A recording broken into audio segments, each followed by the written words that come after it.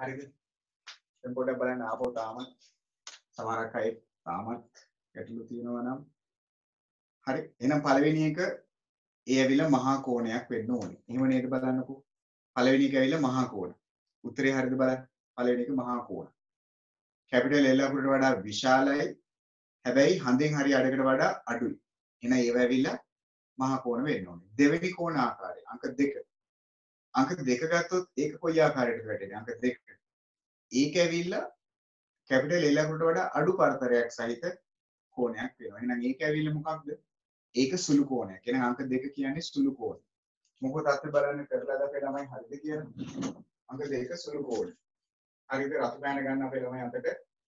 එහෙනම් අංක 1 ඇවිල්ලා මහා කෝණයක්.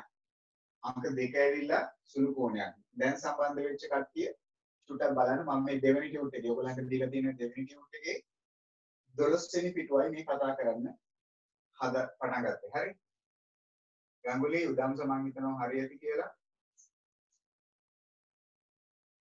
12 වෙනි පිටුව ප්‍රශ්න සාකච්ඡා කරමින් යන්නේ. හරි දෙවෙනි හරි කියලා තියෙනවා. ගංගුලි හරි. එහෙනම් පළවෙනි එක ඇවිල්ලා මහා කෝණයක්. අංක 2 ඇවිල්ලා එහෙමනම් සුළු කෝණයක්. අපේ ළමයි ටික ටියුට් එක ගන්න ඇති කියලා මම හිතනවා හොයාගන්න ඇති කියලා එදා. මම කිව්වා සූදානම් කරලා තියාගන්න කියලා. සඳරු මම හිතනවා හරි ඇති කියලා. හරි අංක 1 මහා කෝණයක් අංක 2 ඇවිල්ලා සුළු කෝණයක් අංක 3 ඇවිල්ලා කැපිටල් L අකුරක් තියෙනවා. ඒ ආකාරයේ පරතරයක් සහිත කෝණයට අපි කිව්වා මොකක් කියලාද? ඒක ඇවිල්ලා ඍජු කෝණයක් කියලා. එහෙනම් අංක 3 ඍජු කෝණයක් හරි නේද? මේක හරි. ඒක ඇවිල්ලා ඍජු කෝණයක් කියලා අපි කිව්වා. ඒ ඇවිල්ලා ඍජු කෝණයක්. එතනින් පස්සේ හතරවෙනි එක ගත්තොත් ඒක ඇවිල්ලා හඳෙන් හරි අඩක්. ළමයි හඳෙන් හරි අඩක්. එහෙනම් ඒකට අපි මොකද්ද දෙන්න පුළුවන් නම් හඳෙන් හරි අඩක් තියෙනවා. ඒක ඇවිල්ලා එහෙමනම් මොකක් වෙන්න ඕනේද? සරල කෝණයක් වෙන්න ඕනේ. එහෙම නේද බලන්නකෝ. අංක 4 සරල කෝණයක්. හරිනේ. අංක 5 ගත්තොත් බලන්න එතන මාක් වෙලා තියෙන කෝණේ. ඒක ඇවිල්ලා ප්‍රමාණයෙන් හඳ බෑයකටත් වඩා විශාල ප්‍රමාණයක් ලකුණු වෙලා තියෙනවා. එහෙනම් ඒක මොකක්ද? ඒකට අපි එහෙමනම් කියන මොකක් කියලාද? ඒ ඇවිල්ලා පරාවර්ත කෝණයක්. එහෙනම් ඔන්න පස්වෙනි එක පරාවර්ත කෝණයක්. පස්වෙනි එක ඇවිල්ලා පරාවර්ත කෝණයක්. හරිනේ වැඩි. හයවෙනි කාරණේ ඇවිල්ලා ආපහු සැරයක් ලකුණු වෙලා තියෙන කැපිටල් L අකුරට වඩා අඩු පරතරයක්. හරි එතන තියෙන ස්ථාන ගොඩක් අඩු ස්ථානක් ලකුණු වෙලා තියෙන. එහෙනම් ඒකත් හයවෙනි එක සුළු කෝණයක් වෙන්න ඕනේ. හයවෙනි එක සුළු කෝණයක්. වෙන්නේ මම හිතනවා හරිය ඇති කරලා ඇති කියලා. හයවෙනි එක එහෙමනම් සුළු කෝණයක් වෙන්න ඕනේ. අංක 7 නැවත වතාවක් කැපිටල් L අකුරට වඩා විශාල වෙලා හැබැයි හඳෙන් හරි අඩකට වඩා අඩු වෙලා එහෙනම් මේක ඇවිල්ලා මහා කෝණයක් වෙන්න ඕනේ. එහෙනම් අංක 7 මහා කෝණයක්. අංක 8 නැවත වතාවක් හඳෙන් හරි අඩකට වඩා විශාල වෙලා තියෙනවා පරතරයේ ලකුණු වෙලා තියෙන ગેප් එක. එහෙනම් මේක මොකක්ද? ඒක ඇවිල්ලා පරාවර්ත කෝණයක් වෙන්න ඕනේ. අංක 8 ඇවිල්ලා පරාවර්ත කෝණය. අංක 9 ගත්තොත් හිස්තැන රේඛා දෙක අතර තියෙන හිස්තැන ඒක කැපිටල් L අකුරේ ෂේප් එකට තියෙන හිස්තැනක්. එහෙනම් ඒකත් ඍජු කෝණයක් වෙන්න ඕනේ. අංක 9 ඍජු කෝණයක් වෙන්න ඕනේ. අංක 9 ඍජු කෝණයක් වෙන්න ඕනේ. අංක 10 ඇවිල්ලා ඍජු කෝණයට වඩා විශාලයි. ඒ කියන්නේ කැපිටල් L අකුරට වඩා විශාලයි. හැබැයි හඳ බෑයකට වඩා අඩුයි. එහෙනම් ඒකට සුදුසු නාමය වෙන්නේ කෝණය එහෙමනම් මහා කෝණයක්. ඔන්න එහෙමනම් කෝණ වර්ග නම් කිරීම ප්‍රශ්න 10ට අදාළයි. මම උත්තර ටික නැවත කියන්නම් මිස් වුණා නම් කාට හරි. පළවෙනි එක මහා කෝණයක්, දෙවෙනි එක සුළු කෝණයක්, තුන්වෙනි එක ඍජු කෝණයක්, හතරවෙනි එක සරල කෝණයක්, පස්වෙනි එක ලොකුම ගෙන පරාවර්ත කෝණයක්, හයවෙනි එක නැවත සුළු කෝණයක්, හත්වෙනි එක මහා කෝණයක්, අටවෙනි එක හඳ බෑයටත් වඩා විශාල එක්කෙන පරාවර්ත කෝණයක්, අංක 9 ඍජු කෝණයක්, අංක 10 මහා කෝණයක්. හොඳයි. අනුමි වැඩි ඔක්කොම හරි ගිහලා තියෙනවා. හොඳයි. අපේ නම වැටෙන්නේ නැති අය නමත් එක්ක පොඩ්ඩක් කියවනවා නම් හොඳයි. සමහර අයගේ ෆෝන් එකේ නම්බර් එක තමයි මට පේන්නේ. හොඳයි ගම්පොඩි හරි ලිතුලි හරි. නුලඟි කරලා තියෙනවා හොඳයි සතුටුදායකයි ලිතුලි කරලා උදම්සා එන මට මොකද අදහසක් එන්නේ නැහැ. මොකද වැඩ කළා නැද්ද? අනිති කළා තියෙනවා. හරි. ගෞරව කළා තියෙනවා. හොඳයි. හොඳයි. යසස්මි ඔක්කොම ටික හරි කියලා තියෙනවා. හරි. ප්‍රවීණත් ඔක්කොම ටික හරි. දැන් මම අන්ති පටන් ගත්ත පස්සේ ඔය බලද්දී එතනම කරලා තියෙනවා නේ. දැන් මට බොකොට කරා කියන්න බෑ. ශෂිදු සඳරු මම හිතනවා දෙන්නම හරියට කියලා.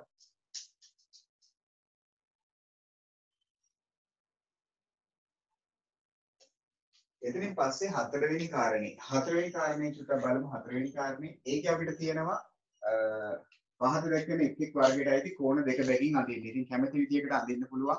මුලින්ම සුළු කෝණ. ඉතින් සුළු කෝණ අඳිනවා නම් මතක තියාගන්න කිව්වා මම V shape එක හැඩයට. හැබැයි එහෙම ඇඳලා විතරක් මදි. කොහොම ඇඳලා විතරක් තිබ්බට වැරදි. අනිවාර්යෙන් කෝණේ ලකුණු කිරීම වෙන්නම ඕනේ. කෝණේ ලකුණු කිරීම වෙන්නම ඕනේ. මොකද කෝණේ අනිත් පැත්තට ලකුණු කරොත් නම මාරු වෙනවනේ. ඒක ඔයගොල්ලෝ දන්නවනේ. එහෙනම් කෝණේ ලකුණු කිරීම අනිවාර්යයෙන්ම විය යුතුම තමයි. හරි. මෙන්න සුළු කෝණ. කැමති විදියට දැන් මම විදියටම අඳින්න ඕනේ කියලා නැහැ. හැබැයි මතක තියාගන්න කැපිටල් L අකුරට වඩා අඩු පරතරයක්. අඩු හිස්තැනක් තියෙන්න ඕනේ. මේ කෝණේ අඳින්න. හරි. ඊළඟට ඍජු කෝණ. ඉතින් ඍජු කෝණ කියලා කිව්වේ කොයි අකුරද? මතක තියාගත්තේ අපි කැපිටල් L අකුර ෂේප් එකේ හිස්තැන. හරි. ඉතින් මේ විදිහට අඳින්න පුළුවන් කැපිටල් L අකුර මෙන්න මේ පරතරේ පෙන්වන්න ඕනේ. එහෙම නැත්නම් මේ පැත්තට අඳින්න පුළුවන් ඔළුවෙන් හිටන් ඉන්න විදිහට. හරි කැමති විදිහකට අඳින්න පුළුවන්. ඒක නම් හරියටම කැපිටල් L අකුර ෂේප් එකට තියෙන්න ඕනේ. ඊට පස්සේ මහා කෝණ ගත්තොත් මහා කෝණ අපිට අඳින්න පුළුවන්. හරි කැපිටල් L අකුරටත් වඩා විශාලයි. හැබැයි හඳ බෑයකට වඩා අඩුයි. මෙන්න මහා කෝණ. L අකුරට වඩා විශාල වෙන්න ඕනේ. හැබැයි සරල කෝණයකට වඩා කුඩායි. කියන්නේ හඳ බෑයකට වඩා කුඩා වෙන්න ඕනේ. ඒක මේ විදිහට එහෙම නැත්නම් මේ විදිහට අපිට මහා කෝණය ලකුණු කරන්න පුළුවන්. හරි. ඔන්න සුළු කෝණයක්, ඍජු කෝණයක්, ඒත් එකම මහා කෝණයක්. අවසානයේ පරාවර්ත කෝණයක්. ඉතින් පරාවර්ත කෝණය ළමයි අඳින්න පුළුවන් අපිට. හරි කොහොමද පරාවර්ත කෝණ අපි අඳින්නේ? මේ විදිහට මාක් කරන්න පුළුවන් පරාවර්ත කෝණයක් ලකුණු කරන පැත්ත තමයි වැදගත්. මෙන්න පරාවර්ත කෝණයක්. මෙන්න පරාවර්ත කෝණයක්. තව ඕනනම් අඳින්න පුළුවන්. මෙන්න මේ පැත්තෙන් මෙන්න මේ ටික ලකුණු කරොත් මෙන්න පරාවර්ත කෝණයක්. මෙන්න පරාවර්ත කෝණයකට උදාහරණයක්. හරි. එහෙනම් මහා කෝණ පරාවර්ත කෝණ. කැමති විදිහකට ඔයගලන්ට ඇඳ ගන්න පුළුවන්. හැබැයි නිකන් ඉරි කැලි දෙක විතරක් රේඛා ඛණ්ඩ දෙක විතරක් ලකුණු කරලා මදි. අනිවාර්යෙන් පෙන්눔 කරන්නම ඕනේ. හරි. පෙන්눔 කරන්නම ඕනේ කෝණේ හිස්තැන කොච්චරක් තිබ්බද කියන එක. කෝණේ හිස්තැන කොච්චරක් තිබ්බද කියන එක. හරි. ඒ අනුව එhmenan ඔන්න පිටු අංක 12ත් පිටු අංක 13ත් ඔයාලට මම එදා දුන්න කෝණ යටතේ තිබ්බ හෝම්වර්ක් එක. කෝණ යටතේ තිබ්බ හෝම්වර්ක් එක. හරි. එතනින් මම ඉස්සලාම නවත්තන්නම්. එහෙනම් අද දවසේ පළවෙනි වැඩේ විදියට. ඊළඟට හරි ඒකේ ඔක්කොම ටික හරිනේ. කතාවක් නැහැ. ඒක කැමති විදිහට ඔයගලන්ට ඇඳ ගන්න පුළුවන්. නැවතත් කියනවා. කෝණේ ලකුණු කළා නැත්නම් එතන අවුලක් තියෙනවා. හරි. කෝණේ ලකුණු කිරීම අනිවාර්යයෙන් වෙන්න ඕනේ. හරි. දැන් අපේ ළමයිට කියන්නකෝ අච්චුපතේ හෝම්වර්ක් එක. මම මේ ඇඳලා තියෙන මේ අච්චුපතේ එක හෝම්වර්ක් එකක්. මම ඉස්සලාම මේක බලලා තියන්නම්. එතකොට මට මේ වැඩේ පොඩ් එක මකන්න පුළුවන්. හරි. අච්චුපතේ හෝම්වර්ක් එකේ ගන්නකෝ පිටු අංක 104. ඉස්සලාම මම බලන්න පිටු අංක 104. චුට්ටක් ඒ වැඩේ අවසන් කරලා ඉන්නයි මේ හදන්නේ බෝඩ් එක මකා ගන්න ඕනේ හින්දා. හරි පිටු අංක 104.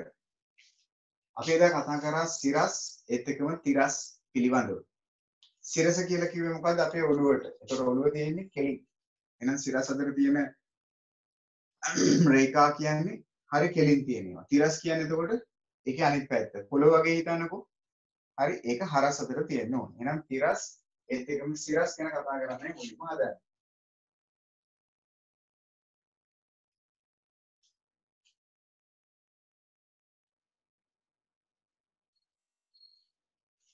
හරි මුලින්ම අපිට පිටු අංක 104 තියෙනවා ගණකයක් දීලා. හරි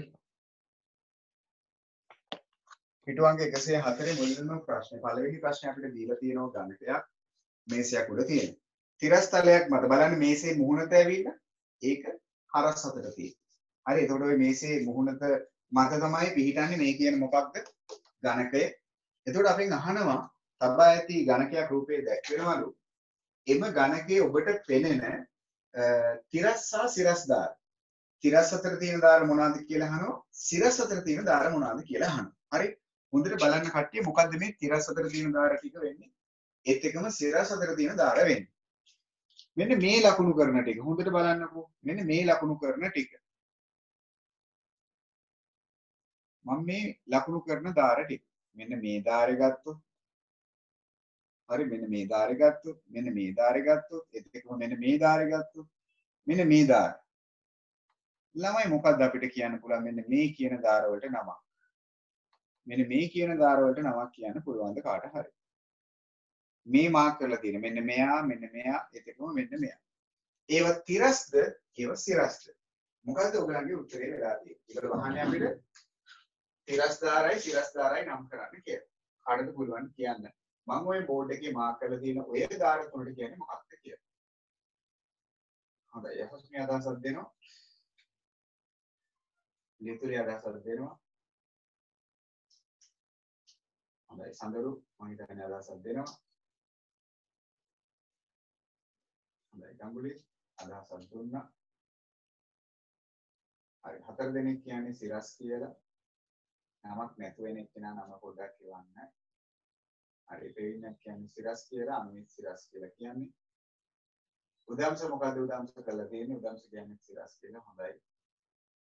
හොඳයි. එහෙනම් ළමයි ඔය ඇවිල්ලා කෙලින් අතර තියෙනේවා නේද? එහෙනම් ඔළුව වගේ තියෙනේවා මොළුව මතක තියාගෙන ඉන්න ඔළුවට කියන්නේ මොකක්ද කියලා අපි සිරස කියලා. හොඳයි. එහෙනම් මේ ඇවිල්ලා ඔය කියන ගණකය තුල අපිට පෙනෙන සිරස් දාර. ඒක හරි. එහෙනම් ඔය රූප සටහන තුල ඔය කියන ඇඳලා තියෙන ගණකය තුල අපිට පේන්න නම් තියෙනවා කොච්චරක්ද? සිරස් දාර 3ක්. සිරස් දාර 3ක්. ඊට අමතරව දැන් එහෙමනම් මේව මොනවා වෙන්න ඕනේද? මෙන්න මෙයා ගන්න පුළුවන්, මෙයාව ගන්න පුළුවන්. තව අපිට මෙයාව ගන්න පුළුවන්. හරි, තව මෙයාව ගන්න පුළුවන්. තව අපිට මෙතන ඉන්න මෙයාව ගන්නත් පුළුවන්. තව අපිට මෙයාව ගන්නත් පුළුවන්. එතකොට මේවා මේ හයක් මට පේනවා. ඒවා එහෙමනම් මොකක් වෙන්න ඕනේද? තිරස්දාර වෙන්න ඕන. හරි. අපිට පෙන්눔 කරන්න කියනවා සිරස්දාර ටිකයි තිරස්දාර ටිකයි. එතකොට අපි මෙහෙම ප්‍රශ්නයක් ඇහුවොත් පෙන්눔 කරන්න කියන්නේ නැතිව හරි අපේ ගහනවා ඔය රූප සටහන ඇතුලේ තියෙන සිරස්දාර ගණන කීයද? හොඳයි. එහෙනම් මොකද කියන්නේ එහෙනම්? සිරස්දාර කීයද? 3ක් තියෙනවා. එහෙම නේද? සිරස්දාර අපිට 3ක් පේන්න තියෙනවා. රූප සටහනේ පේන්න තියෙන සිරස්දාර ගාන කීයද කියලා ඇහුවොත් 3. ඒ වගේ මේගොල්ලෝ අපෙන් ඇහුවොත් එimhe ඔය රූප සටහනේ අපිට දක්වන්න ලැබෙන තිරස්දාර ගාන කීයද කියලා. පේන්න තියෙන ගාන. එහෙනම් පේන්න තියෙන තිරස්දාර ගාන වෙන්නේ ඔයගොල්ලෝ හොඳට ගණන් කරලා බැලුවොත් අපිට තේරෙයි කීයක් තියෙයිද? තිරස්දාර 6ක් තියෙයි. එහෙනම් සිරස්දාර ගාන 3යි. ඒත් එකම තිරස්දාර ගාන කීයක් තියෙයිද අපිට? 6ක් තියෙයි. පැහැදිලිද? ඔන්න ඝන වස්තුවක් ඔකට අපි කියනවා ඝන වස්තු කියලා. ඔය කියන ඝනකයේ කියන ඝන වස්තුව අරගෙන ඒ රූප සටහනේ තියෙන සිරස්දාර ප්‍රමාණයත් ඒත් එක්කම තිරස්දාර ප්‍රමාණයත් අපිට පුළුවන්කමක් තියෙන්න ඕනේ පැහැදිලිව හඳුනා ගන්න.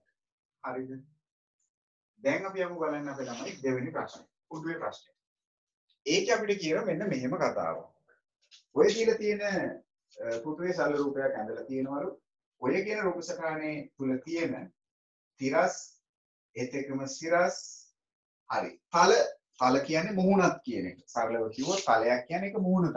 දැන් ඕගොල්ලෝ මේසෙ ලියනවා නම් මේ මේසෙ ඕගොල්ලෝ පොත ලියලා ලියන මුහුණකට අපි කියනවා ඒක තලයක්. ඒක තිරස් අතර තියෙන තලය. හරස් අතරනේ තියෙන්නේ.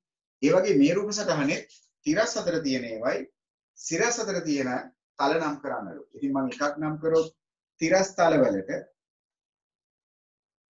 තිරස් තල මෙන්න මේක ගන්න පුළුවන් අපිට. මේ තියෙන්නේ. මේ අපි වාඩි වෙන්නේ. පුටුවේ වාඩි වෙන්න කොටස. ඒක ගන්න පුළුවන් තිරස් තලයකට. ඒත් එක්කම අපි මේ හේතු වෙන්නේ හේතු වෙන කොටස තියෙන්නේ. ඒක තියෙන්නේ මෙහෙම කෙලි. එහෙනම් ඒක මොකක්ද? ඒක සිරස් තලයකට උදාහරණයක්. ඔන්න සිරස් තල. ඉතින් මේ විදිහට පුදුවේ අපිට හරස් අතර තියෙන තල ඔක්කොම ඇවිල්ලා මොනවාද? තිරස් දික් අතර. එහෙම නැත්නම් හරි කෙලින් තියෙන ඒවා මොනවාද? ඒවා සිරස්. එහෙනම් තිරස් තල සහ සිරස් තල අපිට පුළුවන් වෙන්න ඕනේ හඳුනා ගන්නට. ඊට අමතරව ධාර. දැන් එහෙනම් මේ දික් අතර තියෙන ඒවා මේ ඔක්කොම මම එක බැගින් තමයි මාක් කරන්නේ. එහෙමනම් එකක් ගත්තොත් මේ ඇවිල්ලා සිරස් අතර තියෙන ධාරය. මේ සිරස් ධාරය. මේක තලයක් නෙමෙයි මේක රේඛා ඛණ්ඩයක්. ඒවා ඇවිල්ලා ධාර විදියටයි අපි සලකන්නේ. එහෙනම් සිරස් ධාරය. ඒත් එක්කම අපි වාඩි වෙනකොට මෙන්න මේ කෑල්ල ගත්තොත්. මෙන්න මේ කියන කොටස ගත්තොත්. මේ රේඛා ඛණ්ඩය. ඒක ඇවිල්ලා තියෙන්නේ හරස් අතට. එහෙමනම් ඒක ඇවිල්ලා තිරස් ධාරය. ඒ විදිහට ඔන්න අපිට ලකුණු කරන්න පුළුවන් ඉතින් සිරස් අතර තියෙන තලයක්, තිරස් අතර තියෙන තලයක්, ඒත් එක්කම සිරස් අතර තියෙන ධාරයක්, තිරස් අතර තියෙන ධාරයක්. එහෙනම් ධාර ලකුණු කරගන්න සිරස්, තිරස් අතර තියෙන ධාර හඳුනා ගන්න, තිරස් අතර තියෙන තල හඳුනා ගන්න, සිරස් අතර තියෙන තල හඳුනා ගන්න. ඉතින් මෙහෙමයි කාරණේ. මේකෙදී ඕගලන්ට වැදගත් වෙන්නේ සිරසයි තිරසයි හරියට වෙන් කරලා හඳුනා ගන්න පුළුවන් දෙයක් කියන එක. ඒක එච්චරයි. ඒ අනුව අදාළ ගණ යම් වස්තුවක් දුන්නොත් ඒ වස්තුවේ සිරස් අතර තියෙන්නේ මොනවාද? තිරස් අතර තියෙන්නේ මොනවාද? ඔය කියන කාරණේ ඔයගලන්ට පැහැදිලි කරගන්න පුළුවන්කමක් තියෙනවා.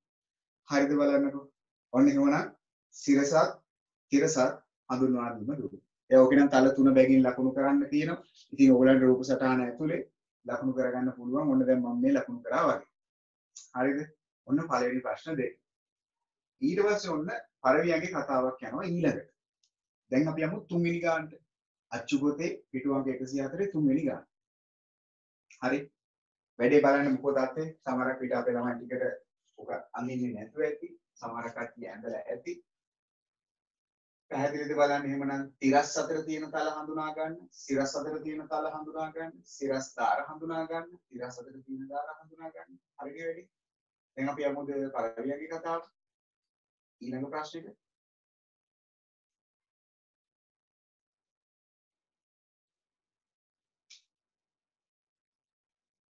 ඔව් සඳරු ඒ පුටුව ගත්තොත් අපිට සිරස් අතර තියෙන ධාර ගොඩාක් ගන්න පුළුවන්.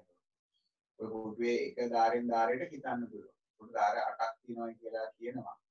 මට හිතෙනවා ඊට වඩා වැඩි ප්‍රමාණයක් තියෙනවා කියලා. මොකද දැන් ඔය කකුලක් ගත්තොත් කකුලත් ඇවිල්ලා එකිනෙකට කකුල ඇතුලේ තියෙනවානේ ධාර වෙන වෙනම ගන්න පුළුවන් විදිහ. ඒක ගොඩාක් තියෙනවා නේ. හරි අපිට ගණන් කරලා කියන්න ඕනේ නෑ සිරස් ධාර කීයක් තියෙනවද ඒක උකුත් කියන්න ඕනේ නෑ. ඕගලන්ට ඒ උත්තර ප්‍රශ්න දෙකෙන් බලාපොරොත්තු වෙන්නේ ඕගලන්ට පුළුවන් ද සිරස් ධාරයක් හඳුනා ගන්න, තිරස් ධාරයක් හඳුනා ගන්න කියන එක විතරයි. දැන් අපි බලමු හිතලා කරන්න ඕන දැන් තියෙනවා පළවෙනියගේ ප්‍රශ්න. තුන්වෙනි එක. බලමු තුන්වෙනි කාරණේ. අපේ ළමයි මොකද කියන්නේ තුන්වෙනි කාරණේ කියලා. හරි ඔන්න මම දැන් ඉස්සරහට යනවා වැඩේ. මුලින්ම කියනවා අපිට රූපේ දැක්වෙන සිරස් තලයක. ඒ කියන්නේ හරි කෙලින් කූඩු ටිකක් තියෙනවලු පරිදි කූඩු ටිකක්.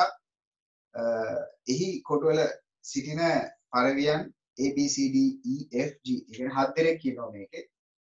රූපේ ඇසුරෙන් පහත සඳහන් වගන්ති වලට හිස් වෙන්න පුළුවන්. හොඳට කල්පනාවෙන් බලන්න එහෙම. ඒ පරවිය දැන් හොයන්න ඒ පරවියව ඒ පරවියා සිටින කොටුවට තිරස්ව තිරස් කියන්නේ ළමයි පොළොව වගේ. ඔබ මතක තියාගෙන පොළොව වගේ. තිරස්ව කවුද ඉන්නේ? ඒ පරවියාට තිරස්ව. මොකද අපේ ළමයි කියන්නේ? ඒ පරවියාට තිරස්ව ඉන්නේ කවුද? මොකක්ද අපේ ළමයිගේ උත්තර? ඒ පරවියාට තිරස්ව. මොකද කියන්නේ? ඒ පරවියාට තිරස්ව ඉන්නේ කවුද?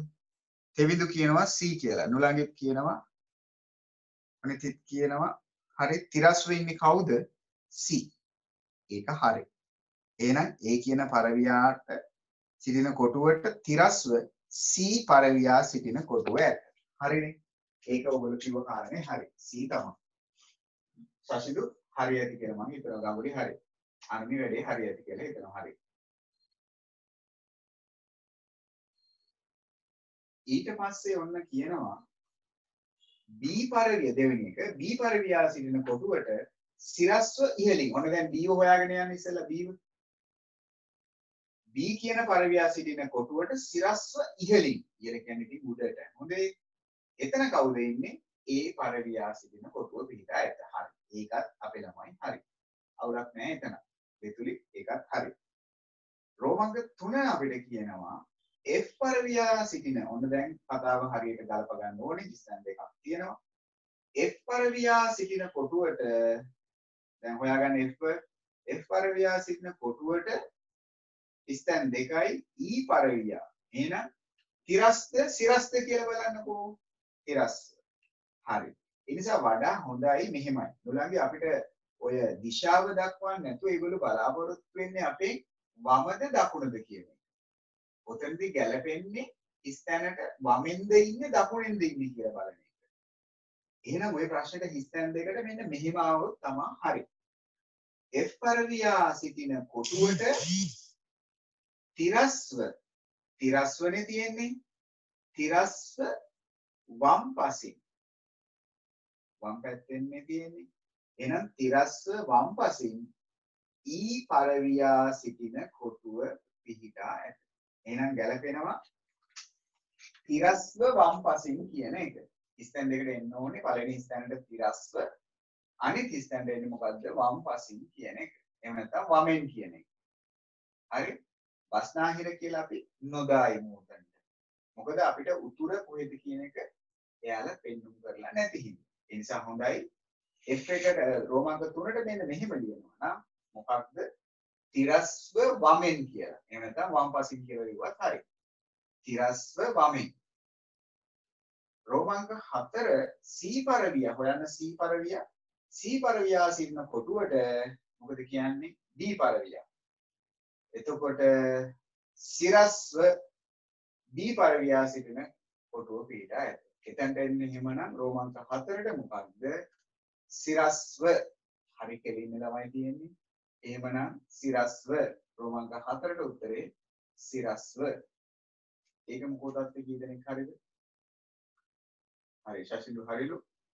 එහෙනම් C පරවියා සිටින කොටුවට සිරස්ව ඕනේ නම් පහලින් කියලා ලිව්වත් වඩා හොඳයි. සිරස්ව පහලින් D පරවියා සිටින කොටුව පිටා ඇත. අවසාන එක රෝමාංක 5 BDG. BDG මොකද කියන්නේ? පරවියන් සිටින කොටු එකම මොන තලයකද? සිරස්ද තිරස්ද? හොඳට කල්පනා කරලා බලන්න. BDG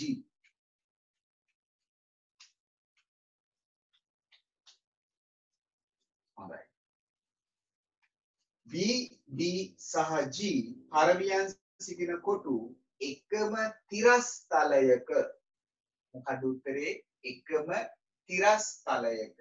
හොඳයි තේරෙන්නේ වැඩේ. හරි. තිරස් තලයක පිහිටා ඇත. ඔන්න 8.3 ඔයාලට මම කරන්න කිව්ව වැඩේ. ඔන්න මම කරන්න කිව්ව වැඩේ. අච්චුපතේ දිශා පාඩම යටතේ අවසාන කොටස අපි කරන්න කිව්වා. ගෞරව වැඩේ හරි. හරි. යසස්මිත් හරි නුලන්දිත් වැඩේ හරි. එහෙනම් ආපහු මම ස්ථාන පහ කියන්නම්. රෝමාංක 1 ස්ථානට එහෙමනම් ගැලපෙන්නේ A පරවියා සිටින කොටුවට තිරස්ව C පරවියා සිටින කොටුව. හරි.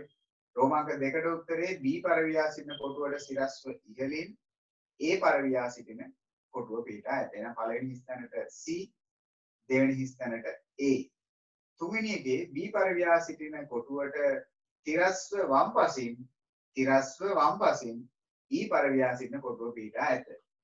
C පරවියා සිටින කොටුවට සිරස්ව හරි C පරවියා සිටින කොටුවට සිරස්ව D පරවියා සිටින කොටුව පිටා ඇත.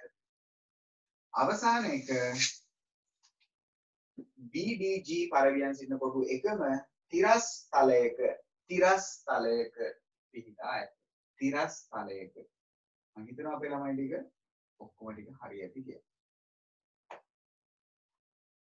මොකෝ බලන්නකො තාත්තේ. හරි නේද දැන් ඔතෙන්ට වෙනකන් අපේ ළමයි ටික හරි. ඔන්න එහෙමනම් දේශා පාඩම යනකොට ඔයාලට කරන්නයි කිව්ව අභ්‍යාස මාලාවේ වැඩේ නම් අවසන්. හරි. අනේ තව එකක් තියෙනවා මම හිතන්නේ අපිට කතා කරන්න මට මතක විදියට. ඔව් මම දැන් ඒක බලන්න. දැන් හරිනේ. කලින් අභ්‍යාසයේ 101 පිටුවේ අපිට දෙයක් ඉතුරු වුණා මතකයි මට. ඒක චුට්ටක් බලලා ඉමු 100 පිටුවේනේ 100 පිටුවේ 101 පිටුවේ ගණන් දෙකක් ඉතුරු වුණා අන්තිමට බලන්න. හරිනේ. හොඳයි මම මේ කාරණේත් බලලා ඉන්නම්. ප්‍රශ්නක 3 ඉතුරු වුණා නේද බලන්නකෝ අපේ ළමයි 100 පිටුවේ. අපි කතා කරේ නෑ ඒක. තුන්වෙනි ප්‍රශ්න. ඔව්නේ.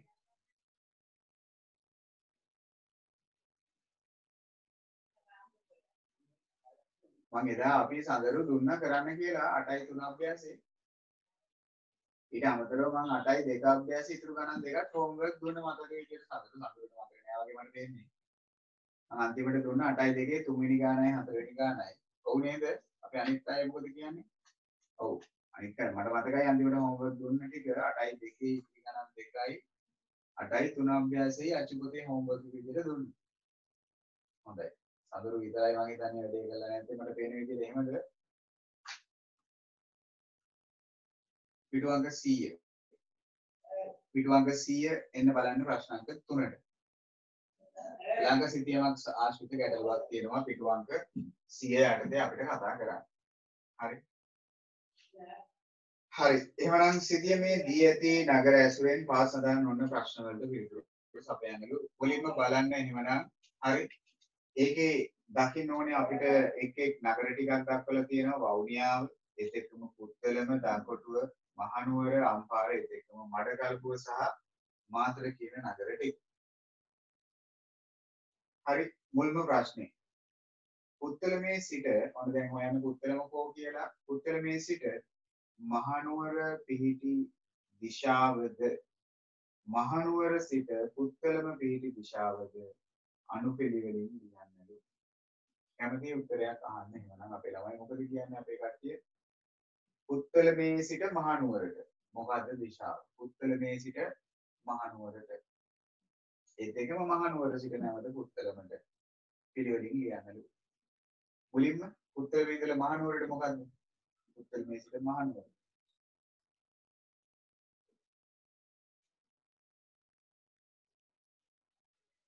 හොඳයි. අනිති ගඟුලි යසස්මි කියනවා හරි. ගඟුලි හරි, අනිති හරි. මොකක්ද එහෙමනම් මුලින්ම තියෙන දිශාව? උත්තරමේ සිට මහනුවරට ගිනි කොන. ඒක හරි. ගිනි කොන. හරි දාගන්න හරි නම් ගිනි කොන. හොඳයි. මෙතුනේ හරි. ඒත් එකම එහෙනම් මහනුවර ඉඳලා පුත්තලමට අනිත් පැත්තට. ඒක මොකක්ද? very good. ඒක ඇවිල්ලා මොකක්ද එහෙමනම් මහනුවර ඉඳලා පුත්තලම දිහා බලනවා නම් ළමයි ඒක වයඹ. අන්න හරි. එහෙනම් අනුපිළිවෙලින් ලිව්වොත් ගිනි කොන කමා වයඹ. ගිනි කොන කමා වයඹ. ඒකයි පිළිතුර වෙන්න ඕනේ. ගිනි කොන කමා වයඹ. රෝමාංක 2 මඩකලපුව වෙරළ තීරයේ සිට ඔන්න දැන් මඩකලපුව හොයන්න. මඩකලපුව වෙරළ තීරයේ සිට දිවයින හරහා නිරිත දෙසට හමන සුළි සුළඟකින් වඩාත් අනුතුරු විය හැකි යැයි ඔබ සිතන නගරයක් මොකක්ද? අපේ ළමයිගේ අදහස මොකක්ද? වඩාත්ම අනුතුරු විය හැකි යැයි ඔබ සිතන නගරය මොකක්ද? එහෙනම් යන්න ඕනේ ඔයා මඩකලපුවට. මඩකලපුවේ ඉඳලා බලන්න ඕනේ නිරිත දෙසින් කවුද ඉන්නේ කියලා. මොකද නිරිත දිග හරහානේ යනවා කියන්නේ. නිරිත දෙසටයි යන්න ඕනේ. හොඳයි. මොකද එහෙනම් සඳරු උත්තරේ වෙන්නේ? තුලංගි කියනවා මහා නුවර කියලා.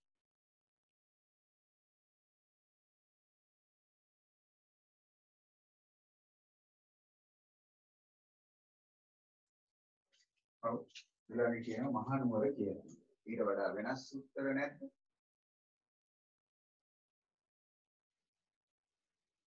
වඩාත්ම අනුතුරුදායක වෙන්න පුළුවන්. අනුතුරක් වෙන්න පුළුවන්. මහා නුවරද ගොඩක් කටිය දාලා තියෙනවා. මොකද අපේ ළමයි හිතන්නේ.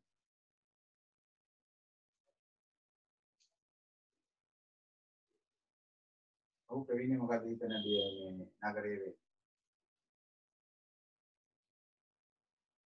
ගම් පොටුවක් කියනවා කට්ටිය. මෙතන නිරිත දෙසින් යන හින්දා මඩ කලපුවේ ඉඳලා බලද්දි ළමයි මහා නුවර වෙන්න පුළුවන්. නමුත් වඩාත් සුදුසුයි කියලා බලාපොරොත්තු වෙන්නේ ඔතනදී. දැන් ඔයගොල්ලෝ හරියටම බලන්න. මඩ කලපුවට හරියටම දකුණෙන් මොකද්ද තියෙන්නේ කියලා. හරි මඩ කලපුවට දකුණින් ඉන්නේ අම්පාර. ඒක හරි. ඒත් එක්කම මඩ කලපුවට නැගෙනහිරින් පිටනවා බටහිරින් පිටනවා පුත්තලම වගේ නගරයක් ගන්න පුළුවන්. හැබැයි මේකෙදී නිරිත දෙසින් මේක යනවා කියන්නේ. ඒ නිසා මේකට වඩාත්ම හරි උත්තරේ මාතර වෙන්න ඕන. මහනුවරක් වැරදි නැහැ පොඩ්ඩක් නිරිත. නමුත් වඩාත්ම ඒගොල්ලෝ බලාපොරොත්තු වෙන උත්තරේ නිරිත දෙසින් කියන එක. නිරිත දෙසින් එන්නේ. ඒ නිසා මාතර කියන උත්තරේ හරි උත්තරේ වෙන්න ඕනේ. රෝමාංක දෙකට උත්තරේ වෙන්න ඕනේ මාතර. මොකද කියන්නේ කට්ටිය? කී දෙනෙක් මාතර දාලා තියෙනවද?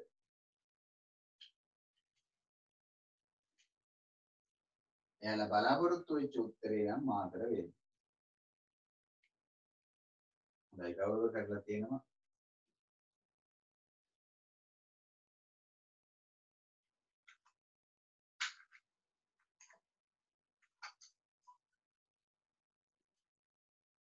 එක්කෙනයි මම හිතන්නේ මාතර ලියලා තියෙන්නේ.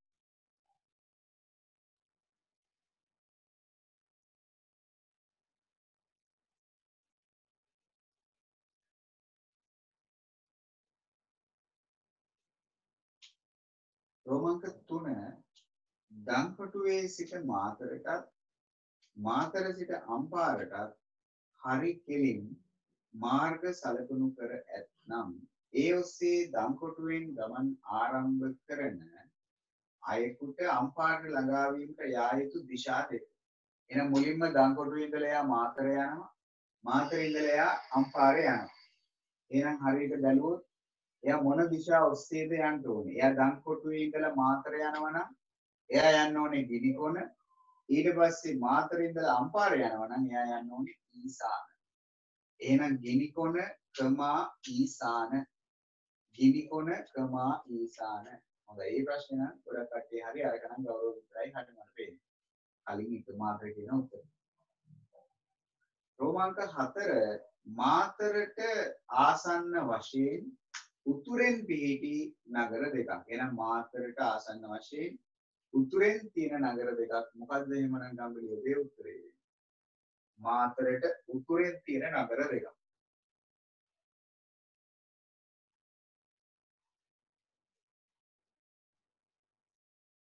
ඔව් ශශිල මොකද්ද දාලා තියෙන උත්තර? මාතරට ආසන්න වශයෙන් උතුර.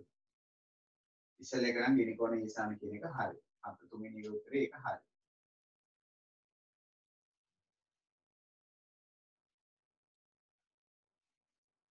මාතරට ආසන්න වශයෙන් උතුරෙන් ඉන්නේ කවුද කියලා අහන්න.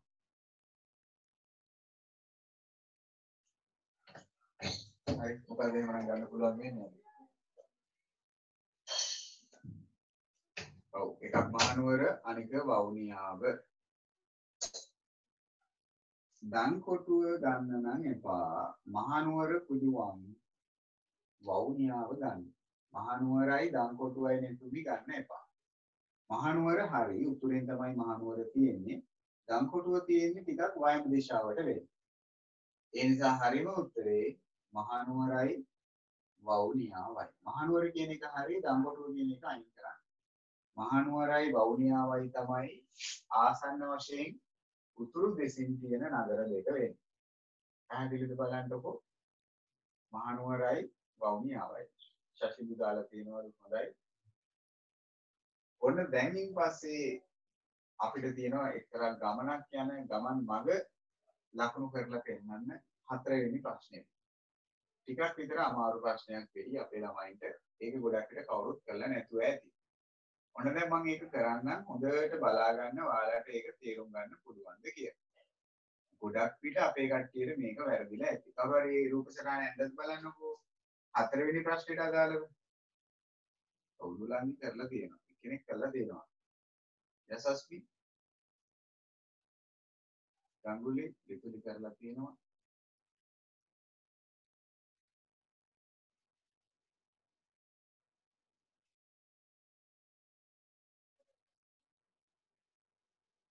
උදන්සත් කළා තියෙනවා. හොඳයි.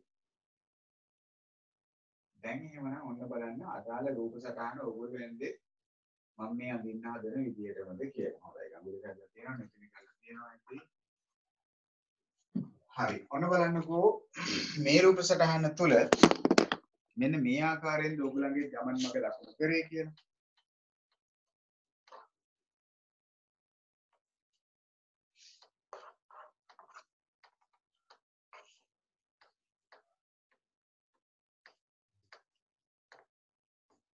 හරි. මේක අපිට කියන මෙන්න මෙහිම කතාව. හරි. අපිට කියන්නේ කැලෑවේ ඇවිදීම පුහුණු කිරීම සඳහා එහි පිහිටි ගල් තලාවකට රැගෙන ගිය හමුදා වටයෙකුට ලබා දුන් පහත තොරතුරු අනුව ඔහු තම ගමන සම්පූර්ණ කළ යුතුයි.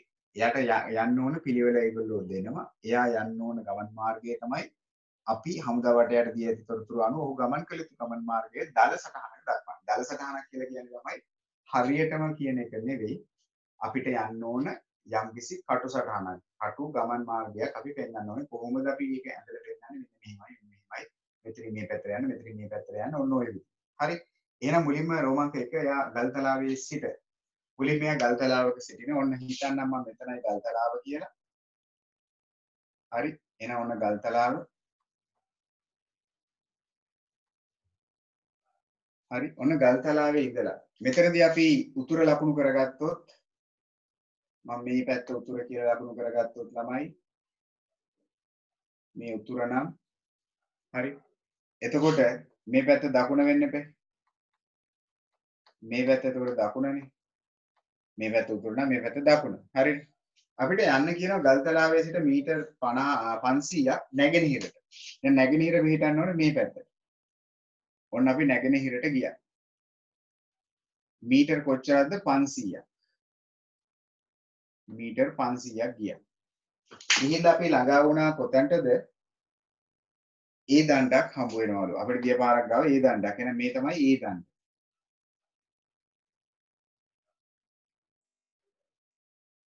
මේ තමයි ඒ දණ්ඩ. මීටර් 500ක් දුර ගියාම අපිට හම්බ වෙනවා මොකද්ද? ඒ දණ්ඩ. ඒ දණ්ඩ ගාව ඉඳලා මං ආපහු සැරයක් උතුරු දිශාව ලකුණු කරගත්තොත් මට දිශාව වැදගත් වෙනවා තැනින් තැනට. උතුරු දිශාව ලකුණු කරගත්තොත් එහෙනම් මේ පැත්ත නැගෙනහිරනේ. මේ නැගෙනහිරනේ. එතන ඉඳලා අපි යනවලු ඒ දණ්ඩේ ඉඳලා ඒ දණ්ඩේ ගොඩ වෙලා ඊසාන දෙසට. එහෙනම් ඊසාන කියන්නේ උතුරයි නැගෙනහිරයි අතරින් යන්න ඕනේ. කොච්චර දුරක් යනවලුද?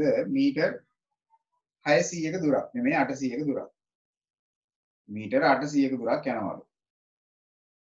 ගිහිල්ලා අපිට හම්බ වෙනවලු දිය ඇල්ලක් හම්බ වෙනවලු. ඔන්න එහෙනම් මෙතනදී අපිට හම්බ වෙනවා මොකක්ද? දිය ඇල්ල.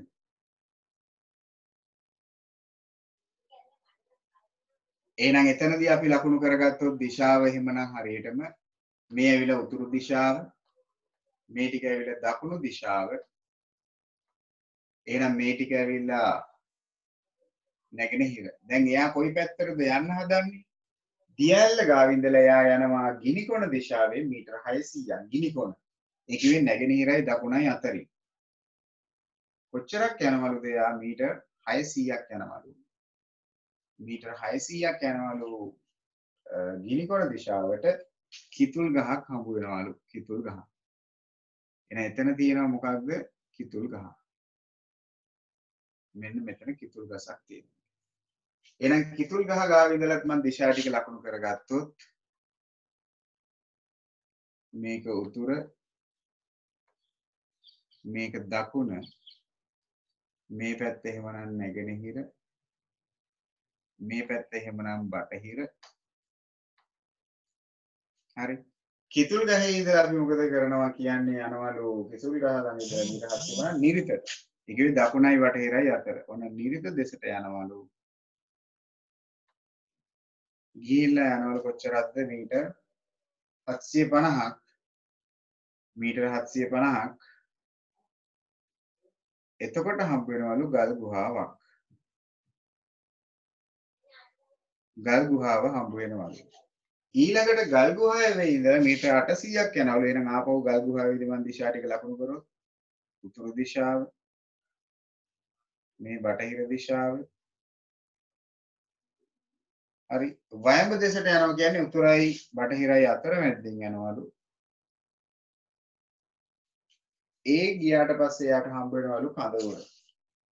ඒ කියන්නේ මෙන්න මේ හරිය වගේ වෙන්නේ නැති කඳවුර තියෙනවා. කොච්චරක් ගියාමද මීටර 800. මෙන්න මේ විදිහට. පොඩ්ඩක් විතර වැඩේ කල්පනාවෙන්ම කරන්න ඕනේ. එහෙනම් ආපහු හොඳට බලා ගන්න. මොකද්ද මෙයාගේ මේ ගමන් මාර්ගය කියන්නේ කියලා. මුලින්ම ගල්තලාවෙන් පටන් ගන්න පුද්ගලයා නැගෙනහිර දෙසට යනවලු. මේක උතුර නම් මේ පැත්ත නැගෙනහිර. නැගෙනහිරට මීටර 500ක් යද්දි ඒ දණ්ඩක් හම්බ වෙනවලු. ඒ දණ්ඩේ ඉඳලා එයා යනවලු ඊසාන මගේ. ඊසාන මගේ යනවා කියන්නේ උතුරයි නැගෙනහිරයි අතර යනවලු. ගියාම හම්බ වෙනවලු මීටර 800ක් දියැලක්. දියැල ගාව ඉඳලා ආපහු යනවලු ගිනිකොන. ගිනිකොන කියන්නේ නැගෙනහිරයි දකුණයි මැද්දෙන් යනවලු. මීටර 600ක් ගියාම කිතුල් ගහක් හම්බ වෙනවලු. කිතුල් ගහේ ඉඳලා නිරිත දෙසට යනවලු. එතකොට මීටර 750ක් ගල් ගුහාවක් හම්බ වෙනවලු. ඉතින් නිරිත කියන්නේ බටහිරයි දකුණයි අතර. ඊට පස්සේ මොකද එයා කරන්නේ? ගල් ගුහාවේ ඉඳලා තව මීටර 800ක් යනවලු. ඒ යනකොට හම්බ වෙනවලු වයඹ දෙසින් යන්නේ. ඒ කියන්නේ උතුරයි බටහිරයි අතරේ කඳවුර හම්බ වෙනවා. මෙන්න එයාගේ ගමන් මාර්ගය. මෙන්න එයාගේ ගමන් මාර්ගය. ඔන්න රූප සටහන ඕගොල්ලෝ ලකුණු කරලා ඇති සමහරක් විට එකයි හරි. හැබැයි ඕගොල්ලෝ ලකුණු කරලා නැතුව ඇති අර දිශා ස්ථානයෙන් ස්ථානයට දිශා. අන්න ඒක පොඩ්ඩක් ලකුණු කරගන්න. අන්න ඒක පොඩ්ඩක් ලකුණු කරගන්න. හරි ඕගොල්ලෝ ලකුණු කරලා ඇති සමහරක් විට සටහන. නමුත් සටහන් කරගත්තට ඕගොල්ලෝ අර දිශා ටික ලකුණු කරලා නැතුව ඇති. ඒ නිසා චුට්ටක් ඕගොල්ලන්ගේ සටහන තුල ඒ දිශා ලකුණු කිරීම, දුර ලකුණු කිරීම, හරි දල්තලාව, ඒ දණ්ඩ දියැල ඔය කියන ස්ථාන ලකුණු කිරීම වෙලාද කියලා බලන්න. චුට්ටක් ඒක ඇඳ ගන්න ගොඩක් පිට ඔයගොල්ලෝ වැරදිලා ඇති ඒක. හොඳට වෙන්න කරලා හොඳයි.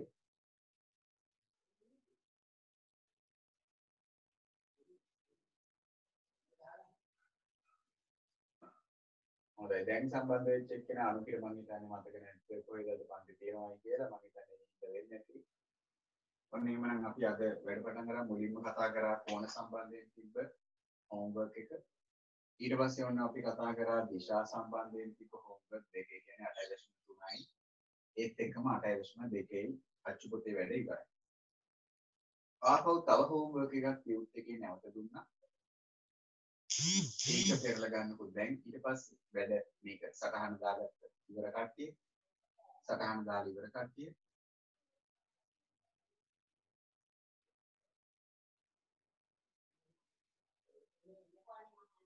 හරි පිටු අංක 14 ආපහු ටියුට් එකට එන්නේ පිටු අංක 14 දිශා සම්බන්ධයෙන් අපිට තිබ්බ කාරණේ බලන්න. දිශා සම්බන්ධයෙන් තිබ්බ කාරණේ බලන්න. පිටු අංක 14 ගත්තද දැන් ටියුට් එක ළමයි හරියට ඔක්කොම අල්ලලා පිටු අංක 14 දිශායට තිබ්බ ටියුට් එකේ ගණන් ටික. ඒකේ මුලින්ම කියනවා පහත සටහන ඇසුරෙන් හිස්තැන් පුරවන්න කියලා. සටහනක් දීලා තියෙනවා ඒ සටහන ඇසුරෙන් අර කලින් දාන ආශුපතේ ගන්න වගේම එකක් හිස්තැන් පුරවන්න කියලා. ඉස්සලාම තියෙනවා පිහිටීම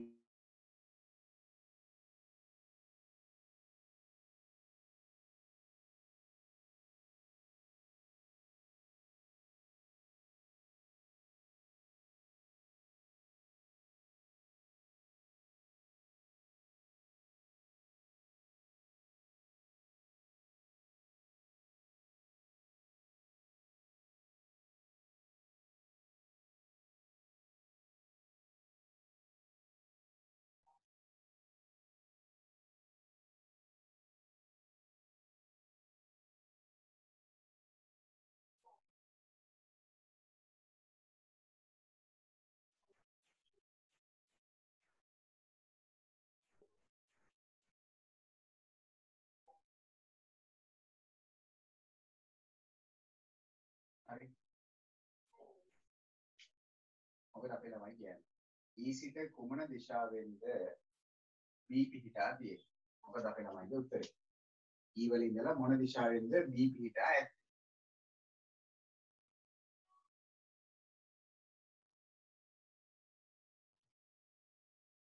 හොඳයි. අනුති කියනවා උතුරෙන් කියලා. සඳරු මොකද කියන්නේ සඳරු? හොඳයි. උතුර කියන එක ඇසස්මන්ට් කියනවා. හොඳයි. ඊ වල ඉඳලා බලද්දී ඊ සිටනේ බලන්නේ. හොඳයි. ගඟුරු කියන්නේ උතුරෙන් කියලා. හරි. එහෙනම් පළවෙනි එකට උත්තරේ ඔයගොල්ලෝ හරි. උතුරු දිශාවෙන් තමයි. උතුරු දිශාවෙන් තමයි. එහෙනම් ඊ සිට උතුරු දිශාවෙන් B පිහිටා ඇත. ඒක හරි.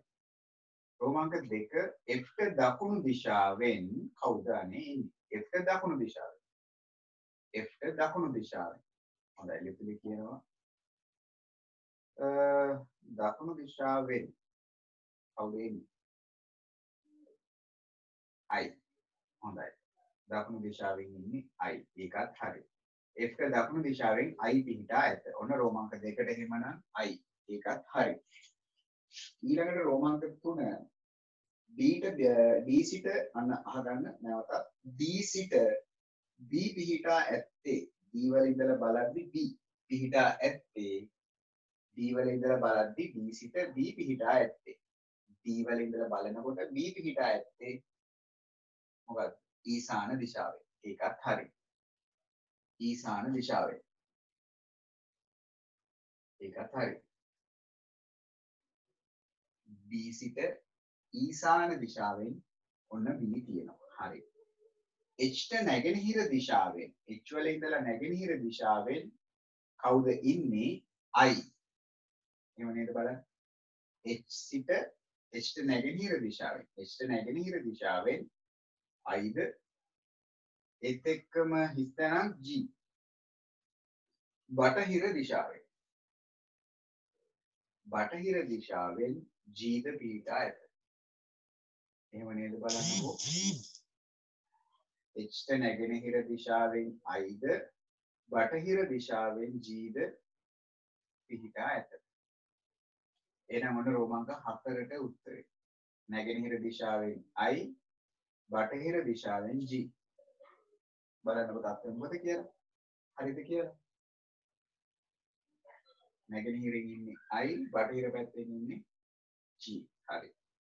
ඊළඟ එක 5 ස්ථනක් සිට ගිනිකොන දිශාවෙන් E. එහෙමනම් A. හරි. A සිට හොඳට බලන්න. A සිට ගිනිකොන දිශාවෙන් E ද අන්න හරි. එහෙනම් පළවෙනි ස්ථන A. ඒත් එක්කම නිරිත දිශාවෙන් E. එහෙනම් C සිට නිරිත දිශාවෙන් E ද පිහිටා ඇත. අන්න හරි. එහෙනම් පස්වෙනි ගානට අදාළව ආපහු කිව්වොත් A සිට ගිනිකොන දිශාවෙන් E ද C සිට නිරිත දිශාවෙන් E ද පිහිටා ඇත. A හා C. ඒක තමයි හිතන්න දෙකට යන්නේ. රෝමාංක 6 A පිහිටා ඇත්තේ ඊට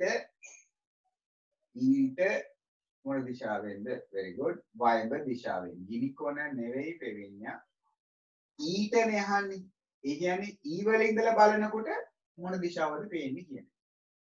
ඊට කවර දිශාවෙන්ද කියලානේ අහන්නේ. කැපිටල් ඊට කවර දිශාවෙන්ද? එහෙනම් ඒක වයඹ වෙන්න ඕන. ඊට වයඹ දිශාවෙන් තමයි A පිහිටන්නේ. ඊළඟට F දකුණු දිශාවෙන් I ද F දකුණු දිශාවෙන් I ද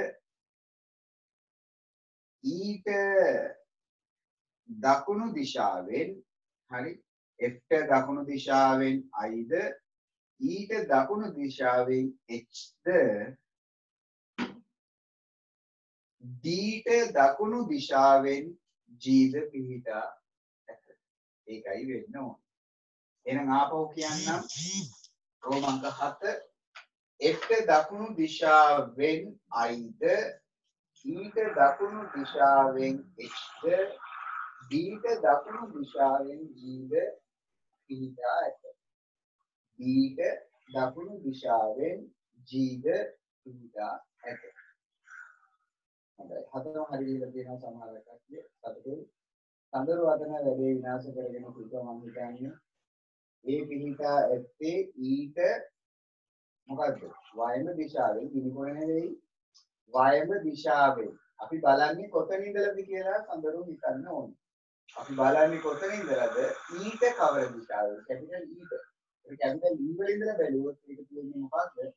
වයඹ දිශාවෙන් වෙන්න ඕනේ. ගෞරව හරි ඇති කියලා හිතනවා. ඔන්න පිටුවංග 14 වාලට කරන්න තිබ්බ කාරණා. පිටුවංග 14. පිටුවංග 14. දැන් මම පිටුවංග 15 බලන්න. පිටුවංග 15 අපිට කියනවා ගණකයක් අඳින්නලු. ඉතින් ළමයි ගණකය අපි දන්නවා චුටි කාලේ අපිට කියලා දෙනවා මොකක්ද ධාතු කැටය කියන්නේ. ධාතු කැටය ඇවිල්ලා ගණකයකට උදාහරණයක් කියලා. ගණකයක තියෙන විශේෂත්වය තමයි ළමයි සියලු මූණත් එකිනෙකට සමාන වීම. ඒ වගේ මේ සෑම මූණතකම හැඩය සමචතුරස්‍රයක හැඩය වෙනවා. ඒකත් අපි දන්න දෙයක් පොඩි කාලේ පන්තියේදී අපි ඉගෙන ගන්න. ඉතින් මේ කියන ගණකයේ අරගෙන ඉවරලා ඒගොල්ලෝ අපිට ප්‍රශ්න ටිකක් දෙනවා. මොකක්ද? අපිට ලකුණු කරන්නලු ওই ගණකයේ තිරස්තලයක්, ඒත් එක්කම සිරස්තලයක්, ඒත් එක්කම තිරස්ධාරයක්, ඒත් එක්කම සිරස්ධාරයක්. හරි. මුලින්ම මම ලකුණු කරොත් ඕගොල්ලන්ට බලන්න එහෙමනම් මම මේ උඩින් පේන තලය මූණත මම ගන්නවා. තලය කියන්නේ මූණත. මේ ඉහළින් මේ කියන ගණකයේ ඉහළින් පේන මූණත මේ වහලේ වගේ තියෙන ඉහළින් පේන මූණත ගත්තොත් ඒක තලයක්. අපේ ළමයි ඒක කුමන තලයක්? මේ ඉහළින් බලද්දී අපිට පේන තලය එහෙම නැත්නම් මූණත ඇවිල්ලා කුමන ආකාරයේ තලයක්ද? ඒක විසිරස් තලයක්ද? එහෙම නැත්නම් තිරස් තලයක්ද? මොකද කියන්නේ? සිරස්ද? එහෙම නැත්නම් තිරස්ද? තලයේ හැඩය වෙන්නේ.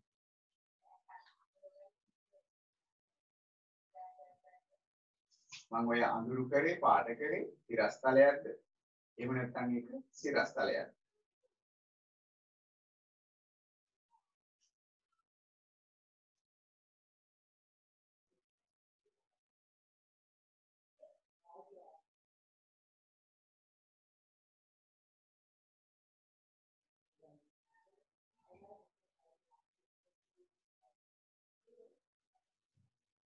හොඳයි. උදම්ස කියනවා තිරස් කියලා. ඔව්. මේ ඉහළින් පේන මූණත ගත්තොත් ඒ මූණත ඇවිල්ලා හරස් අතට තියෙන්නේ. ඒ කියන්නේ පොළොව වගේ හරස් අතට තියෙන්නේ. එහෙනම් මේක තිරස්. එහෙනම් ඉහළින් ගත්තොත් පේන මූණත ඇවිල්ලා තිරස්. ඒක ඇවිල්ලා තිරස් තලයක්. ඒත් එක්ක මම ගත්තොත් කට්ටිය මේ කියන ගණකයේ මෙන්න මේ පැත්තේ මූණත ගත්තොත් මෙන්න මේ පැත්තෙන් තියෙන මූණත ගත්තොත් මෙන්න මේ පැත්තේ තියෙන මූණත ඒ මූණත එහෙම නැත්නම් ඒ තලයේ කුමන ආකාරයේ තලයක් වෙනවද? ඒ තලය ඇවිල්ලා කුමන ආකාරයේ තලයක්ද වෙන්නේ එතකොට? ඒක තියෙන්නේ මේ පැත්තේ. ඉහළින් එන එක නම් තිරස්. අනික මොකක්ද එහෙමනම්? හොඳයි සිරස් තලය. ඒක ඇවිල්ලා සිරස් තල. අරක ඇවිල්ලා තිරස් තල. ඒත් එක්කම තව අපිට කියන මොකක්ද ධාර පිළිබඳවත් ගන්න කියලා. එහෙමනම් මේ අපිට ඇවිල්ලා මාක් කරලා තියෙන එක. මෙන්න මේ කියන රේඛාව. මෙන්න මේ කියන ධාරය ගත්තොත්. ඒක කුමන ධාරයක් වෙන්න ඕනේද එහෙමනම්? ඒක තියෙන්නේ කෙලින් අතර. කෙලින් අතර තියෙනවා කියන්නේ ඔව්. ඒක මොකක් වෙන්න ඕනද එහෙමනම්? මොන ධාරයක්? කෙලින් අතර තියෙන. හරි කෙලින්. එහෙනම් ඒක ඇවිල්ලා සිරස් ධාරයක් වෙන්න ඕන. ඒත් එක්කම හරස් අතර තියෙන මෙන්න මේක ගත්තොත් හරස් අතර තියෙන මේ ධාරය ගත්තොත් ඒක හරස් අතර තියෙන පොළොව වගේ. එහෙනම් මේක තිරස්. ඒ ඇවිල්ලා තිරස් ධාරය. එහෙනම් තල දෙක හඳුනා ගන්න තිරස් තල ඒත් එක්කම සිරස් තල. ධාර හඳුනා ගන්න සිරස් ධාර තිරස් ධාර. සිරස් ධාර තිරස් ධාර. එහෙනම් ධාර හඳුනා ගැනීම ඒත් එක්කම තල හඳුනා ගැනීම ආරම්භක වැඩේ විදියට වෙන්න ඕනේ. පුළුවන්කමක් වෙන්න ඕනේ. කොහොමද හොයාගන්නේ කියලා. හරිද? ඔන්න අටිපොතේ නෙමෙයි ටියුට් එකේ පිටුවංග 15. ටියුට් එකේ පිටුවංග 15.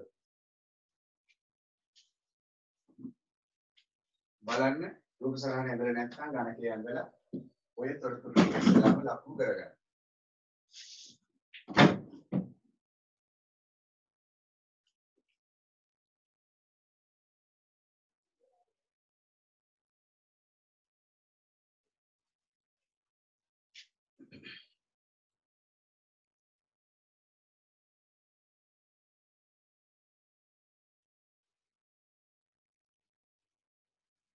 හරි අඩුපාඩු නැත්නම් ඉස්සෙල්ලාම මේක හරි ගස්සගෙන ඉන්න. අඩුපාඩුවක් තියෙනවා. හරි එහෙම නොවන සිරස්තල ඒත් එකම සිරස්තාර ඒත් එකම සිරස්තාර පැහැදිලි කිරීම ඔන්න මම දැන් කරා. හරිනේ. දැන් අපේ ළමයි එන්න ටියුට් එකේ පිටු අංක 16ට ටියුට් එකේ පිටු අංක 16ට එන්න අවසාන පිටුවට. අපි දැන් අර මොහොතකට කලින් කරා පරිදියේ කූඩුව පිළිබඳ ප්‍රශ්නයක් ඒ වගේම එකක් අපිට තියෙනවා පිටු අංක 16ට විදු මම හිතනවා කරලා ඇති කියලා. මේක හරි නැත්නම් පොඩ්ඩක් ඒක හරි ගස්සන් ඉන්නකෝ අපේ ළමයි. ඊට පස්සේ අපි බලමු අපි අවසාන පිටුව ටියුට් එකේ පිටු අංක 16. හරි. මොකක්ද අපිට කරන්න තියෙන්නේ කියලා.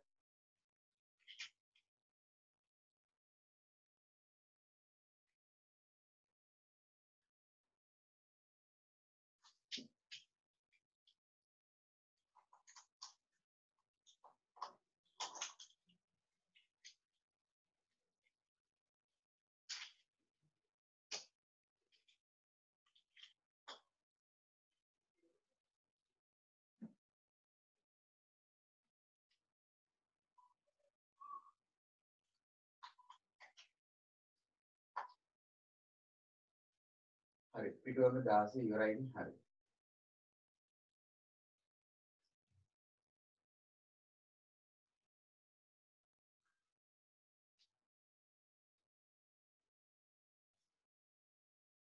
පිටු අංක 16 වල මෙහෙම ප්‍රශ්නයක් තියෙනවා අපිට.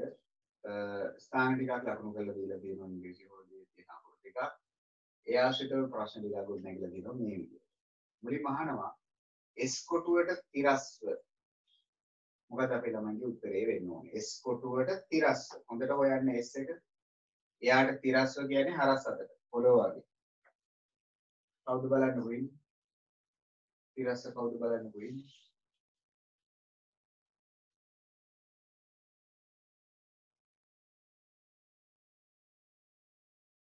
තිරස්ව පිටන්න ඕනේ. හොඳේ. හොඳයි. අපේ ළමයි කියනවා ගොඩක් කට්ටිය T කියලා. ඔව්. එහෙනම් පළවෙනි එකට උත්තරේ T. ඒක හරි. එහෙනම් S කොටුවට තිරස්ව පිටන්නේ කවුද? T. රෝමාංක 2 T කොටුවට ඉස්තැනක් y. T කොටුවට කොහොමද T පිටන්නේ? සිරස්ව. දකුණින් නෙවෙයි. කට්ටිය මෙතනදී ඒගොල්ලෝ බලාපොරොත්තු වෙන්නේ නැහැ දිශාව පිළිබඳව ගඟුලි. මොකද දිශාව ලකුණු කරනවා නම් උතුර මේක දකුණ මේක කියන එක අපි ගන්න උතුරු දිශාව ඒගොල්ලෝ ලකුණු කරලා දීලා තියෙනවා. එහෙම දීලා නැහැනේ. ඒ නිසා අපිට බැහැ ගන්න උතුරද දකුණද කියන එක. ඔතන බලාපොරොත්තු වෙන්නේ සිරස්ද තිරස්ද කියන එක තමයි.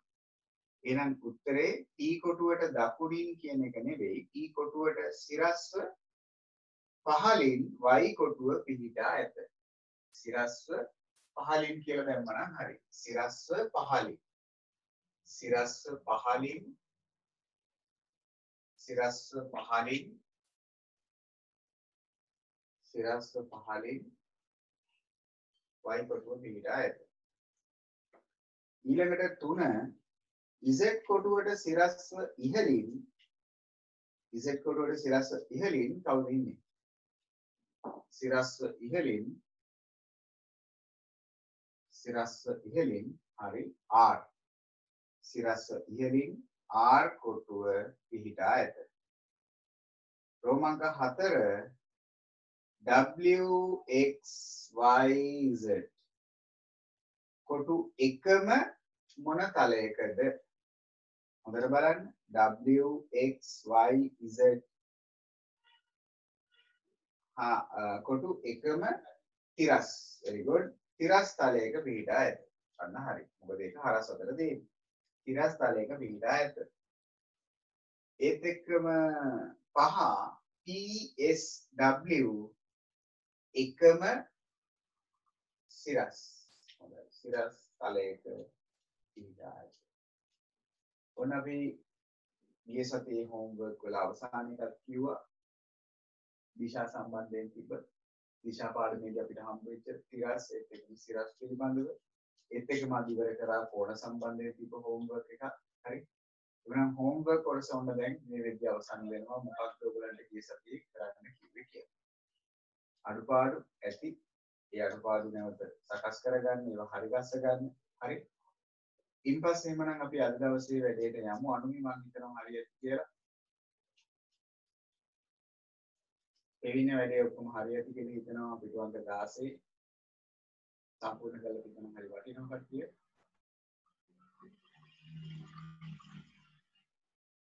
දැන් යන්න හදන්නේ අපේ කට්ටිය අද දවසේ පාඩම.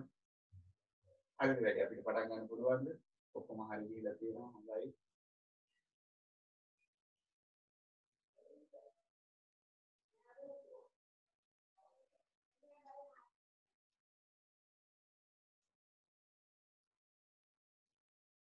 හරි. එහෙනම් දැන් අද දවසේ වැඩේ ආරම්භ කරන්න මාතෘකාව ලියමු. එහෙමනම් ඔයගොල්ලොත් එක්ක ඊළඟට කතා කරන එක හොඳයි. උදම් වැඩේ කරලා තියෙනවා හොඳයි. හරි දැසස් හරි තේරුම් හරි. හරි. එහෙනම් අද දවසේ වැඩේ පටන් ගන්න අපි මාතෘකාව ලියමු. භාග. මුලින්ම අද දවසේ කියලා දෙන්න හදන්නේ ඔයාලත් එක්ක භාග කොටස. මාතෘකාව ලියන්න භාග.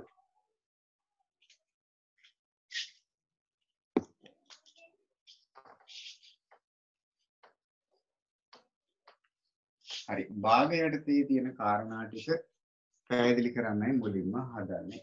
අද දවසේ භාග ආරම්භ කරලා ඒකේ හැඳින්වීමත් භාගාශ්‍රිත භාග වර්ග පිළිබඳව කතා කරන්නයි හදන්නේ. මොකක්ද මේ භාගයක් කියන්නේ ඉස්සෙල්ලා පොඩ්ඩක් පැහැදිලි කරන්න. මේ කාරණාව අපි ඉගෙන ගන්න පටන් ගන්නවා 3 4 5 කියන වසරවල් වලදී ශිෂ්‍යත්වයට යනකොට ඔයගොල්ලෝ භාග සම්බන්ධ කාරණා ටික යම් ප්‍රමාණයකට ඉගෙනගෙන යනවා. මේ අවුරුද්දේ ඊට වඩා තව පොඩි ප්‍රමාණ ටිකක් ඉදිරියට ඉගෙන ගන්න අපිට තියෙනවා. හරි. මුලින්ම අපි භාගයක් කියන්නේ මොකක්ද කියන එක කතා කරමු. භාගයක් කියලා කියන්නේ දෙන ලද ප්‍රමාණයකින් යම්කිසි කොටසක්.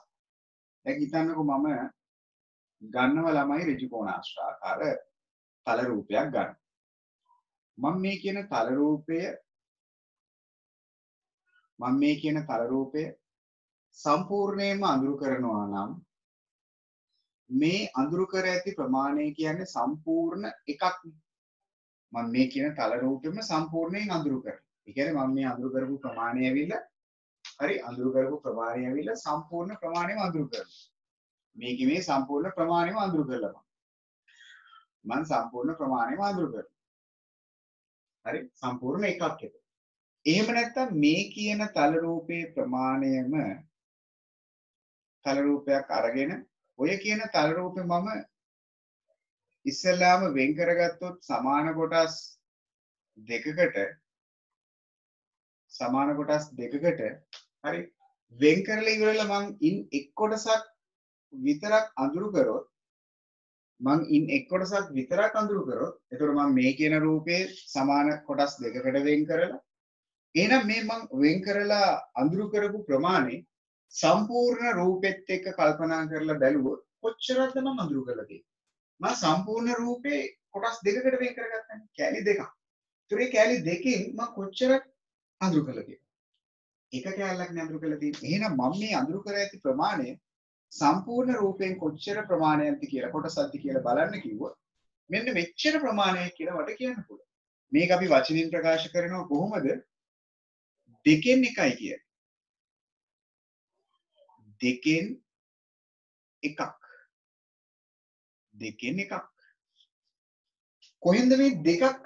කොහෙන්ද මේ දෙකක් ආවේ? කල්පනා කරමු. සම්පූර්ණ රූපය සමාන පංගු දෙකකට කොටස් දෙකකට වෙන් කරා. එක ආවේ කොහෙන්ද? මම ඒ වෙන් කරගත්ත කොටස් දෙකෙන් අඳුරු කරේ කොච්චරක්ද? එක කොටසක්. ඒ නිසා ඒ ප්‍රමාණයට අපි කියනවා කොච්චරක් කියලාද? දෙකෙන් එකක්. එතකොට යම්කිසි සම්පූර්ණ ප්‍රමාණයකින් යම්කිසි කොටසක් තමයි අපි හඳුන්වන්නේ මොකක් විදියටද? භාගයක් ලෙසට. මේ කියන භාගය ලියද්දි ඉහළින් ලියන එක්කෙනාට අපි විශේෂ නමක් දෙනවා ලවය කියන. පහළින් ලියන කෙනාට අපි විශේෂ නමක් දෙනවා හරය කියන. මේ පිළිබඳවත් අපි පොඩි පන්ති වලදී කතා කරනවා යට ඉන්නේ ළමයි හරකා උඩ ඉන්නේ ළමයා හරකා පිට ළමයා කියලා. ඉතින් හරය තමයි යට ඉන්නේ ළමයා තමයි උඩ ඉන්නේ ළමයා කියන්නේ ලවය. පහළින් එක්කෙනා හරය. මේ කියන දෙකෙන් එක කියන ප්‍රමාණය මේ භාගයට අපි වෙනත් නමක් කියනවා කට්ටිය. සම්පූර්ණ භාගයක් කියලා. සම්පූර්ණ භාගයක්. මේක සම්පූර්ණම එකක් මේක භාගයක් විදියට. එහෙම නැත්නම් මේ කියන තල රූපෙම අරගෙන ළමයි මම වෙන් කරගන්නවා මේක මම වෙන් කරගන්නවා මේක සමානම කොටස් හතරකට. එක සමාන කොටස් හතරකට. හතරකට වෙන් කරලා ඉවර වෙලා මම මොකද කරන්නේ? මම මේක එක කොටසක් අඳුරු කරනවා. එහෙනම් මේ අඳුරු කර ඇති ප්‍රමාණය වෙන්නේ කොච්චරද? සම්පූර්ණ රූපයේ කොටස් හතරකට කැඩුවා. ඒ කොටස් හතරෙන් කොච්චරකටද මේ? හතරෙන් එකක්. එහෙනම් මේකට අපි කියනවා හතරෙන් එකයි කියලා. හතරෙන් එකක්. හතරෙන් එකකට කවුරු හරි දන්නවද රූපයක හතරෙන් එකකට අපි එදිනෙදා භාවිතා කරන හොඳ නමක්. යම් ප්‍රමාණයකින් හතරෙන් පංගුවක්. හතරෙන් පංගුවක්. ඒකට අපි හොඳ නමක් කියනවා සාමාන්‍ය එදිනෙදා ජීවිතේ. දැන් අරකට අපි කියනවානේ දැන් පාන් ගෙඩිය දෙකට කැපුවොත් අන්න පාන් භාගයක් කියලා. ඒ භාගය ආපහු දෙකට කැපුවොත් කවුද දන්නේ ඒකට කියලා නම්. එතකොට තියෙන්නේ පාන් ගෙඩියෙන් හතරෙන් එකක් එතකොට. හොඳයි. ඒකට අපි කියනවා මොකක් කියලාද? හතරෙන් එකක් කියන එකට very good. ඒකට අපි සඳරු කියනවලු කාලක් කියලා. එහෙනම් මේ ඇවිල්ලා කාලක් කියන එක. එහෙනම් මේක භාගයක් මේක එහෙමනම් කාලක්. එහෙම නැත්නම් මම මේ කිව්ව රූපය අරගෙන ඉවර වෙලා සමාන කොටස් හතරකට වෙන් කරලා මම ඕකේ අඳුරු කරොත් ළමයි මෙන්න මෙහෙම ප්‍රමාණයක්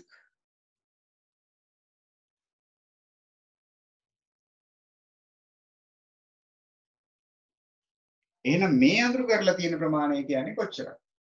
සම්පූර්ණ කොටස් හතරකට වෙන් කරලා ඒකෙන් කීයක් අඳුරු කළාද? 4න් 3ක්. එහෙනම් මේක අපි වචනෙන් කියනවා 4න් 3ක් කියලා. 4න් 3ක්. හොඳයි. එහෙමනම් මේකට අපි කියනවා හොඳයි ඉතින් මේකට අපි සාමාන්‍ය ව්‍යවහාරයේදී කියනවා මොකක් කියලා? මොකක් කියලාද මේකට කියන්නේ? 4න් පංගු 3ක් කියන එකට. 4න් පංගු 3 හැදෙන්නේ ළමයි 4න් එකේ කෑලි කීයකින්ද? 4න් එකේ කෑලි කීයක් සම්බන්ධ වෙලාද 4න් පංගු 3ක් ආවේ? කෑලි 3ක්. ඒ නිසා මේකට කියනවා කාලයව 3ක්. ඒකට අපි වචනයක් සාමාන්‍ය ව්‍යවහාරයේ කියනවා 3 කාලක් කියලා. එහෙනම් මූලික දේවල් ඔන්න. භාගයක් කියන්නේ මොකක්ද? ඒත් එක්කම ඒ විවිධ භාගවලදී අපි හරේලවේ කියන්නේ මොකක්ද? ඒ භාගයන් සඳහා අපි සාමාන්‍ය එදිනදා ජීවිතයේදී භාවිත කරන සමහරක් විශේෂ වචන මොනවාද කියලා. එහෙනම් මූලික දේ මොකද්ද භාගයක් කියන්නේ? මොකද්ද භාගයක හරේලවේ කියන්නේ? ඒත් එක්කම මොකක්ද වෙනලද සම්පූර්ණ ප්‍රමාණයකින් විශේෂ අවස්ථා දෙකෙන් එකක් එහෙම නැත්නම් හතරෙන් එකක් එහෙම නැත්නම් හතරෙන් තුනක් සඳහා අපි සාමාන්‍ය එදිනදා ජීවිතේ භාවිත කරන වචන වෙන්නේ මොනවාද? ආකාර වෙන්නේ මොනවාද? ඔන්න ඔය පිළිබඳව ඔන්න මුලින්ම දැන් පැහැදිලි කිරීමක් කරා. එහෙමනම් ඔයගලන්ට යම් තල රූපයක් යම් කිසි ප්‍රමාණයකින් යම් කිසි පංගුවක් එහෙම නැත්නම් යම් කිසි කොටසක් භාගයක් විදිහට හඳුන්වන්න පුළුවන්. ඒ භාගයේ ලියනකොට පහළ ඉන්න කෙනාට අපි කියනවා හරය කියලා. ඒ හරය යන්නේ අදහස් කරන්නේ සම්පූර්ණ රූපය සමාන කොටස් කීයකට වෙන් කරාද කියන එක. ඒත් එක්කම ඉහළ ලියන පදයට අපි කියනවා ලවය කියලා. ලවය යන්නේ අදහස් කරන්නේ මොකක්ද? අර සම්පූර්ණ රූපේ කවර ප්‍රමාණයක් අපි විසින් වෙන් කරගත්තද? අඳුරු කරලා තියෙනවා. අන්න ඒකයි මූලික දේ. හරි. පළවෙනි තරුව අපි ළමයි මෙන්න මෙහිම ලියාගන්න. පාඩමේ හැඳින්වීම යටතේ පළවෙනි තරුව. ප්‍රධාන මාතෘකාව ලියන්නදී මම හිතන්නේ භාග කියලා. ඒ යටතේ පළවෙනි තරුව.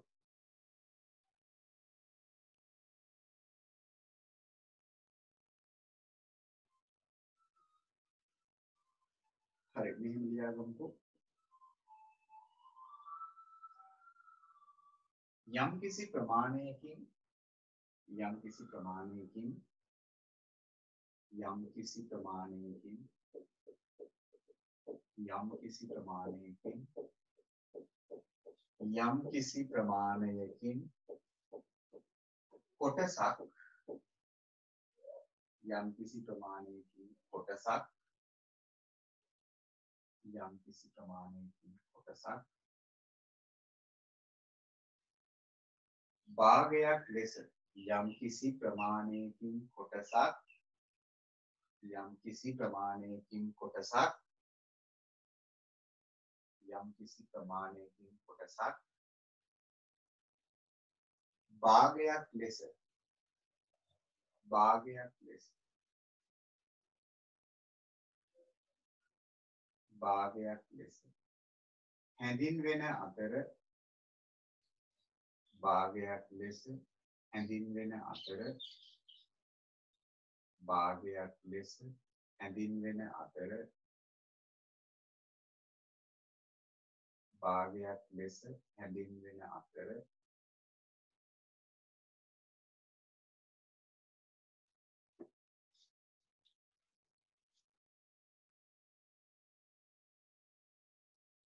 එම භාග සංඛ්‍යාවේ එම භාග සංඛ්‍යාවේ එම භාග සංඛ්‍යාවේ පහළ අගය හරය ලෙසත්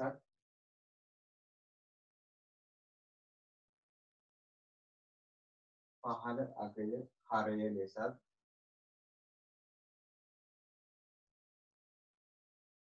ඉහළ අගය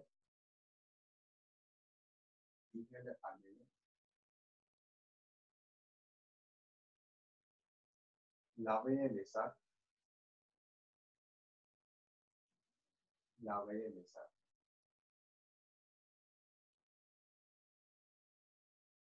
ලවය ලෙසත් හැඳින්වේ. ඉහළගේ ලවය ලෙසත් හැඳින්වේ.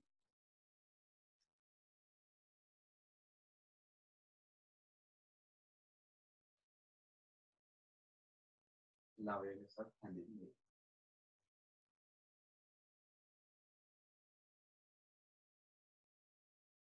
ඊළඟ තරුව දෙවෙනි තරුව ඊළඟට දෙවෙනි තරුව එහෙනම් පහළගේ හරය ඉහළගේ ලවය. හරි පහළගේ හරය ඉහළගේ ලවය. ඊළඟ තරුව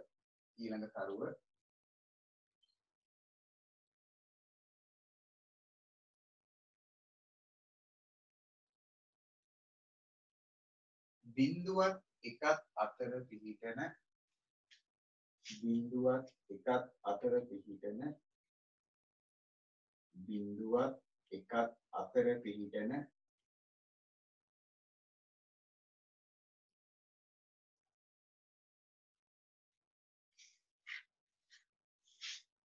බිඳුවත් එකත් අතර පිහිටන පහත දැක්වෙන ආකාරයේ බිඳුවත් එකත් අතර පිහිටන බිඳුවත් එකත් අතර පිහිටන බිඳුවත් එකත් අතර පිහිටන පහත ආකාරයේ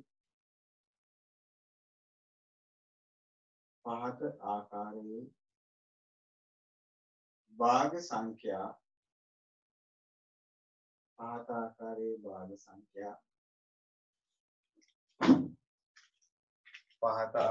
භාග සංඛ්‍යා තත්ත්‍ය භාග බෝඩ් එක බලන්න තත්ත්‍ය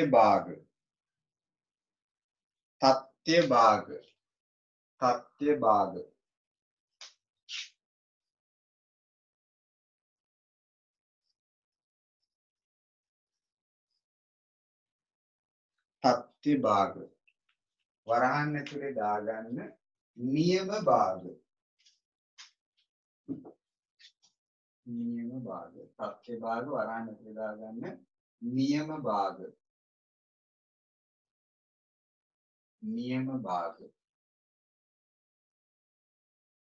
ලෙස හැඳින්වෙන අතර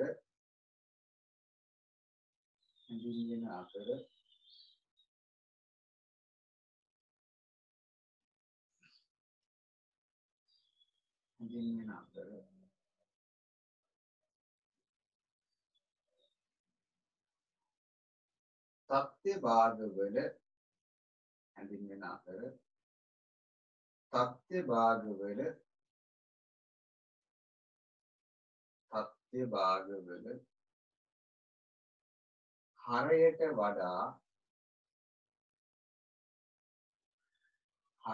වඩා ලවය තත්ත්ව භාගවල හරයට වඩා ලවය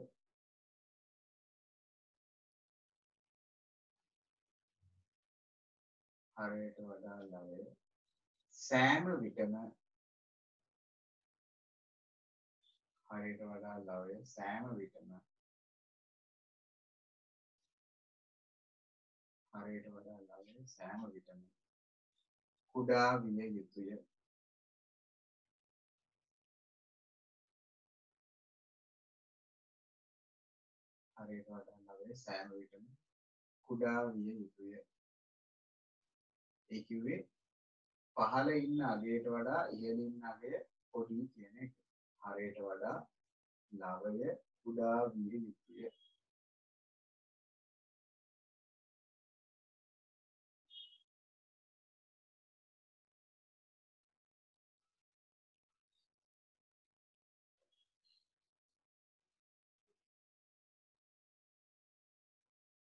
හරි. ඔන්න මම ආපහු කියන්නම් මෙසේජ් එකක් කට්ටියට. හරි. ආපහු සැරයක් කියන්නම්. ආපහු අහගන්න ඇහෙන්නේ නැති කට්ටියට ඇහෙන්නේ නැති වෙච්ච කට්ටියට. මම කිව්වා බිඳුවත් එකත් අතර පිහිටන භාග තත්ත්ව භාග ලෙස. ඒක තමයි මුලින්ම මම කිව්වේ. බිඳුවත් එකත් අතර පිහිටි සංඛ්‍යා තත්ත්ව භාග විදියට හඳුන්වනවා කියලා. තත්ත්ව භාග විදිය. එහෙම නැත්නම් වරහන් ඇතුලේ දැම්ම නියම භාග කියලා. බිඳුවත් එකත් අතර පිහිටි සංඛ්‍යා තත්ත්ව භාග ලෙස. එහෙම නැත්නම් වරහන් ඇතුලේ නියම භාග ලෙස. හැඳින්වේ කියලා. ඊට පස්සේ මම කිව්වා හැඳින්වෙන අතර ඊට පස්සේ මම කිව්වා තත්ත්ව භාගවල ඒ කිව්වේ දැන් ඔය කිව්ව තත්ත්ව භාගවල හරයට වඩා ඒ කියන්නේ පහළ ඉන්න කෙනාට වඩා ලවය කුඩා වෙන්න ඕනේ කියලා. හරයට වඩා ලවය කුඩා විය යුතුය කියලා. ඒ කියන්නේ පහළ ඉන්න කෙනානේ හරය, ඉහළ ඉන්න කෙනානේ ලවය. හරයට වඩා ලවය කුඩා විය යුතුය කියලා. හරයට වඩා ලවය කුඩා විය යුතුය කියලා. හරකට වඩා ළමයා කුඩා වෙන්න ඕනේ. ඇයි? නැත්නම් ඉතින් හරකට උස්සන් ඉන්න බෑ ළමයාව. හරකට වඩා ළමයා කුඩා වෙන්න ඕනේ. එවැනි භාග තමයි තත්ත්ව භාග විදියට අපි හැඳින්වුවේ. තත්ත්ව භාග කියන එකට කියන තවත් නමක් තමයි නියම භාග කියන්නේ. තත්ත්ව භාග වලටම කියන අනිත් නම තමයි නියම භාග කියලා කියන්නේ. හරිද?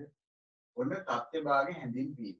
හරි හරයට වඩා කුඩා නම් ලවය ඒවා අපි හඳුන්වනවා තත්ත්ව භාග. දැන් උදාහරණ විදියට බලන්නකො දෙකෙන් එක. හිතන්නකො දෙකෙන් එක. දෙකෙන් එක කියන භාග සංඛ්‍යාවේ හරය 2 ලවය 1. ඉතින් හරකට වඩා ළමයා පොඩි. මේක හිතන්නකො 4න් 1 හරකට වඩා ළමයා පොඩි උස්සන් ඉන්න පුළුවන්. ඒ නිසායි ඒවා අපි හඳුන්වන්නේ තත්ත්ව එහෙම නැත්නම් නියම භාග කියලා. මේක බලන්න 4න් 3 හරකට වඩා ළමයා පොඩි.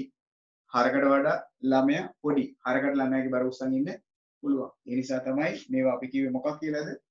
තත්ත්ව භාග කියලා. සෑම විටම මතක තියාගන්න එකට වඩා මේ ඔක්කොම භාග අඩුයි. එයි මම එකට වඩා අඩුයි කියන්නේ. ඉතින් බලන්නකො මේක නේද ගොඩාක්ම අඳුර වෙලා තියෙන්නේ. ඊට වඩා පොඩ්ඩක් නේද මේක. ඊටත් වඩා පොඩි නේද මේක. ඒකට තේරෙන්න ඕනේ සම්පූර්ණ එකකට වඩා කුඩයි මේ සියලුම භාග. එකට වඩා පොඩි යගයන් තමයි මේ ඔක්කොම. එහෙනම් ඒ නිසා මම මුලින්ම කිව්වේ එකට වඩා අඩු මෙවැනි භාග තත්ත්ව භාග විදියට හඳුන්වනවා. එහෙම නැත්නම් නියම භාග විදියට හඳුන්වනවා. ඒකේ තියෙන විශේෂත්වය තමයි හරයට වඩා ලවය මොකක් වෙන්න ඕනේ කියන එකද කුඩා වෙන්න ඕනේ. ඉස්සෙල්ලාම උදාහරණ කියලා මෙන්න මේ ටික දාගන්න තත්ත්ව භාග වලට උදාහරණ විදියට ලස්සනට අද ගන්න. ඒත් එක්කම පහලින් හරය ලවය මෙන්න මෙතන ලකුණු කිරීම අත්‍යවශ්‍යයි. ඒක ලකුණු කරන්න. කියවන ආකාරයත් ඒ භාග සඳහා තියෙන සාමාන්‍ය එදිනෙදා අපි භාවිතා කරන නම.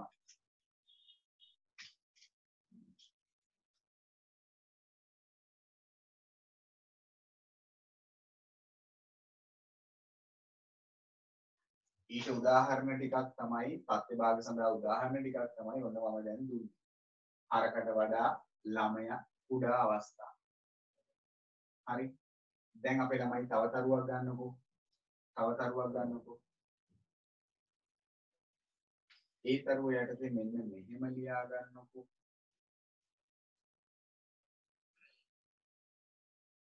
හරි ඊළඟ තරුව යටතේ මෙන්න මෙහෙම ලියා ගන්නකෝ. යම් භාග සංඛ්‍යාවක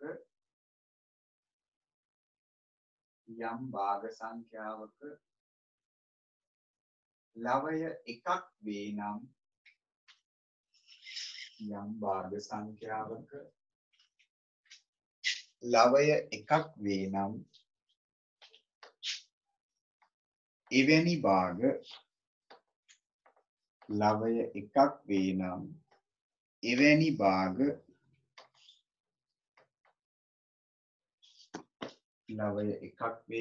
එවැනි භාග ඒකක භාග ලෙස බෝඩ් එක බලන්න. ඒකක භාග ලෙස හැඳින්වේ. මම කිව්වේ මොකක්ද? ලවය එකක්. ලවය කියන්නේ උඩින් ඉන්න කෙනා.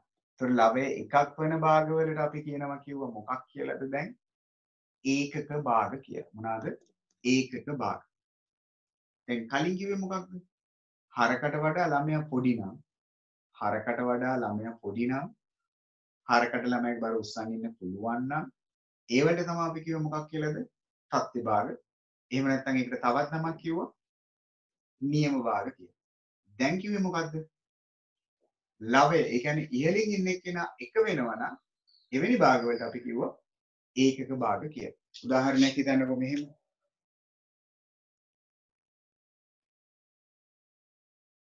අපිට දෙනවා යම් තල රූපයක් ළමයි ඒක සමාන ප්‍රමාණ කොටස් තුනකට කඩලා තියෙනවා. කඩලා ඉවරලා ඒකේ අඳුරු කිරීමක් කරනවා මෙන්න මෙහෙම එක කොටස්.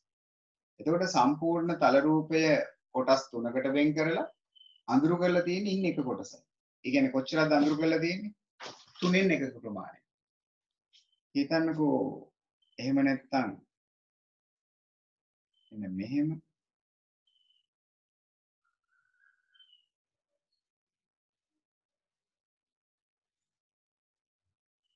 යම් තල රූපයක් කොටස් 5කට සමානව වෙන් කරලා ඒකෙන් අඳුරු කරලා තියෙන එක කොටසක්. එහෙනම් මේ අඳුරු කරලා තියෙන කොච්චරද?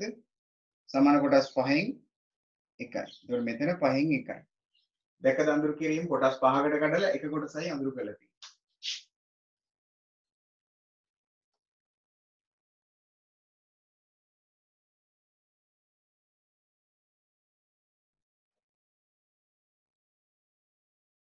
හිතන්නකෝ මේ රූපේ මේක හිතන්නකෝ මේ රූපේ ගත්තොත් මේ කියන සම්පූර්ණ රූපේ සමාන කොටස් 4කට වෙන් කරලා ඒකෙන් එක කොටසයි අඳුරු කරලා තියෙන්නේ. හරි ළමයි මොකද්ද බලන්නකෝ මේ කියන තල රූප තුනේම මේ ලැබිච්ච භාග තුනේම විශේෂත්වය මොකක්ද? මොකක්ද ඔය කියන භාග තුනේම අපිට තියෙන විශේෂත්වය? ඔය භාග තුනේම එක්තරා පොදු විශේෂත්වයක් තියෙනවා. මොකක්ද ඒ පොදු විශේෂත්වය? අදහස දෙන්න පුළුවන් අපේ කට්ටිය. මොකක්ද පොදු විශේෂත්වය? ඒ භාග තුනේම එක්තරා පොදු දෙයක් තියෙනවා. මොකක්ද ඒ තිබ්බ පොදු දෙය?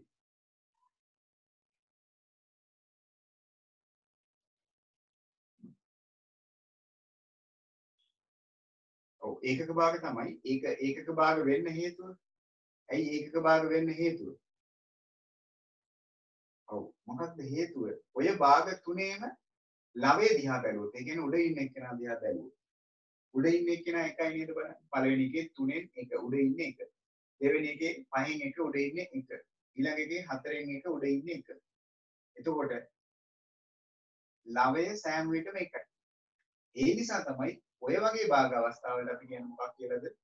ඒකක භාග කියන්නේ. කලින් කිව්වේ තත්ත්ව භාග. ඉතින් මතක තියාගන්න ඒකක භාග යනුද තත්ත්ව භාගම තමයි. තත්ත්ව භාගවල තියෙන විශේෂ අවස්ථාවක් තමයි ඒකක භාග. මොකද මම එහෙම කියන්නේ දැන් තත්ත්ව භාගයක් කිව්වේ හරකට වඩා ළමයා පොඩි නන්නේ. ඉතින් ඔය උදාහරණ තුනේම දැන් දුන්න උදාහරණ තුනේම 3න් 1 5න් 1 4න් 1 ඔක්කොගෙම හරියට වඩා ළමයි පොඩි තමයි. ඒක මේවත් තත්ත්ව භාගම තමයි. හැබැයි තත්ත්ව භාග යටතේ තියෙන විශේෂ අවස්ථාවක් තමයි ඒකක භාග කියන්නේ. ඒ ඇයි ළමයි එකක් වෙන හින්දා. ඒ කියන්නේ උඩ ඉන්නේ එකක් වෙන හින්දා. හරි? පැහැදිලිද අපේ කට්ටියට? හොඳයි. ඒකක භාග යටතේ ඔය උදාහරණ තුනක් දාගන්නකොට අග්ගාලා ළමයි එකක් වීම තමයි ඒකක භාග වෙන්න නම් තිබිය යුතු කාරණේ වෙන්නේ.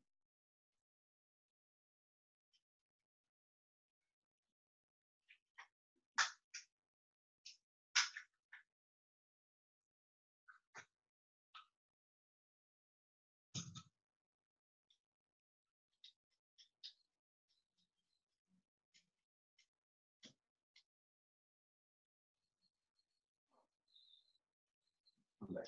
කටට වැඩි පැහැදිලි මොකද්ද මම දැන් කිව්වේ කියලා.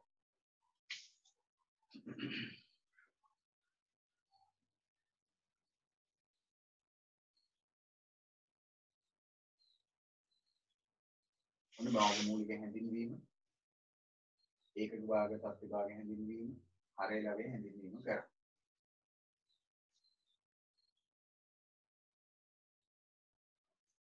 බලමු දැන් මේ කිව්ව දේවල් ටිකෙන් හරි. දැන් කියලා බලමු එහෙනම් මේ කිව්ව කාරණා ටිකෙන් මෙන්න මේ ටික ඔයගලන්ට අදහසක් ගන්න පුළුවන්ද කියලා.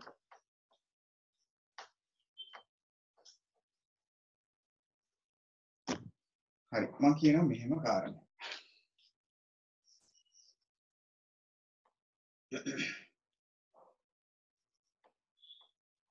හතෙන් එක ඒකක භාගයක්. එතකොට හතෙන් එකේ ඒවා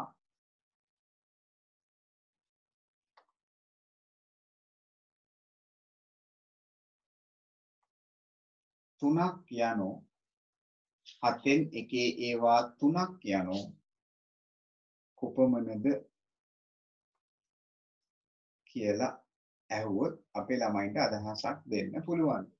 හතෙන් එකේ ඒවා තුනක් යනු කොහොමද? හතෙන් එකේ ඒවා හතෙන් එක කියන්නේ ඒකක භාගයක්.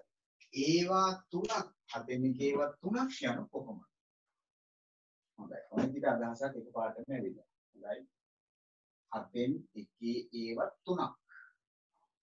හතෙන් එකේ ප්‍රමාණයන් තුනක් සම්බන්ධ වුණොත් ඇත්තම කොච්චරද? හොඳයි. මේ විදිහට අදහසක් තියෙනවා.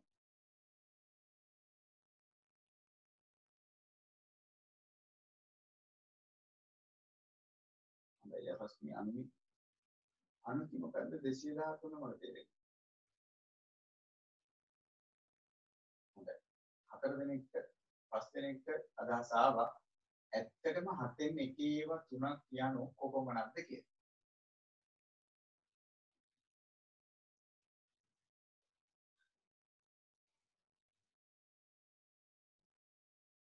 හරි. හතෙන් එකේ ඒවා තුනක් කියන්නේ අහන්නකොට හතෙන් එකේ ඒවා තුනක් කියන්නේ ළමයි හතෙන් එකේ පංගු තුනක්.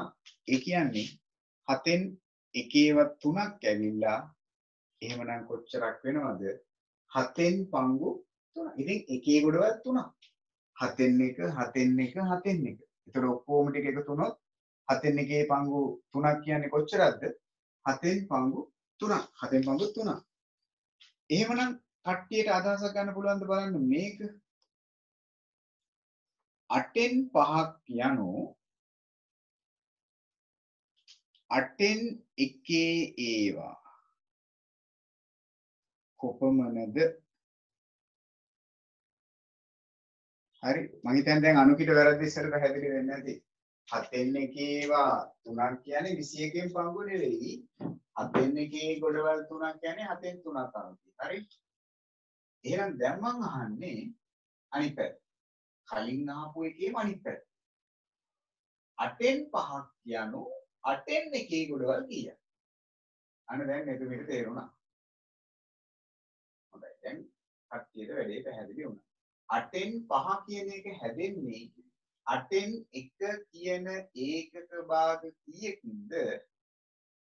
හරි. හොඳයි. අපේ කට්ටියට වැඩේ පැහැදිලි වෙලා තියෙනවා. ඔව් දම්සා හරි. ගංගුලි හරි. එහෙනම් 8න් 1 කියන ඒකක භාග කීයකින්ද 8න් 5 හැදෙන්නේ කට්ටිය කිව්වා වගේ 5කින් වෙන්න ඕනේ. ඇයි?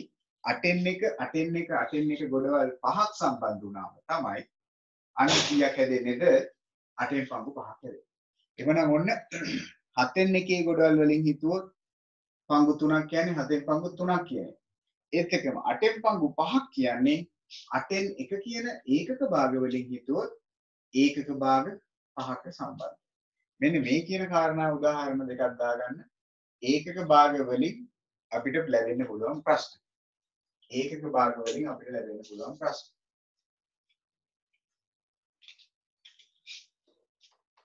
ඒත් එක්කම මේකට තනිව ඔයගොල්ලෝ උත්තරේ ගන්නකො මේ උදාහරණයට. මම මොකුත් නොකිය ඉන්නම්කෝ.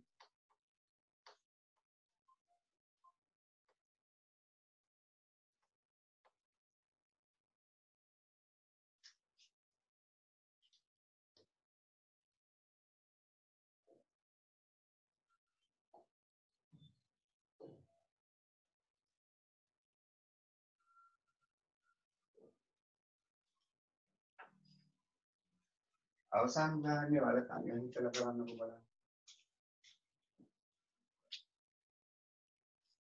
ඔව් මේක ලියා ගන්න ඕනේ ගමකට අදාළ. උදාහරණ දෙක මේ ඒකක භාගයත් එක්ක අපිට ලැබෙන්න පුළුවන් ප්‍රශ්න ආකාරයක්. මම මේ ප්‍රශ්න ආකාර දෙකක් කිව්වා. අන්තිම උදාහරණය ඔයගොල්ලෝ තනිව ලියන්න ඕනේ බලන්න. හරි. ඔය උදාහරණ තුන දාගන්න ඕනේ. හොඳේ රතු පෑනෙන් හරි පාට පෑනෙන් දාගත්තත් කමක් නැහැ.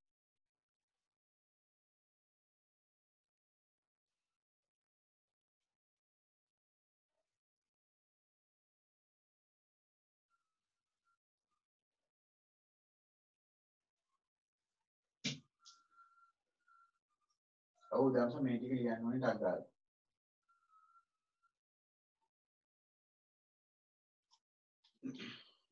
හරි පාද රූප සටහන වල අඳුරු කර ඇති ප්‍රමාණය මුළු රූපයෙන් කවර භාගයයි? රූප සටහන ඇඳලා භාග ටික දාගෙන යන්නයි උගලන්ට තියෙන්නේ. හරි අඳුරු කර ඇති ප්‍රමාණය මුළු රූපයෙන් කවර ප්‍රමාණයයි? නැත්නම් කවර භාගයයි?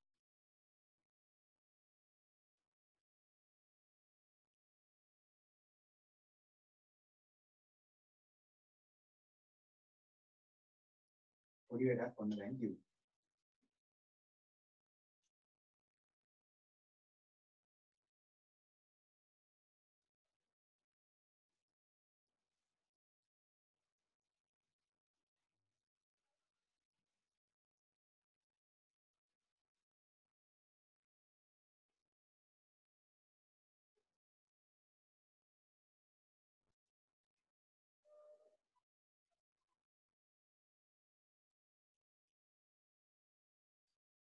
හතර වෙනි ඉවරයි පහක් ඉවරයි.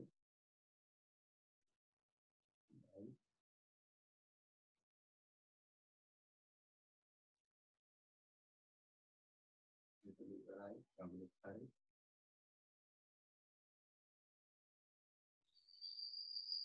අඳුරු කර ඇති ප්‍රමාණය ලියන්නයි තියෙන්නේ. හොඳයි ගෞරව හරි.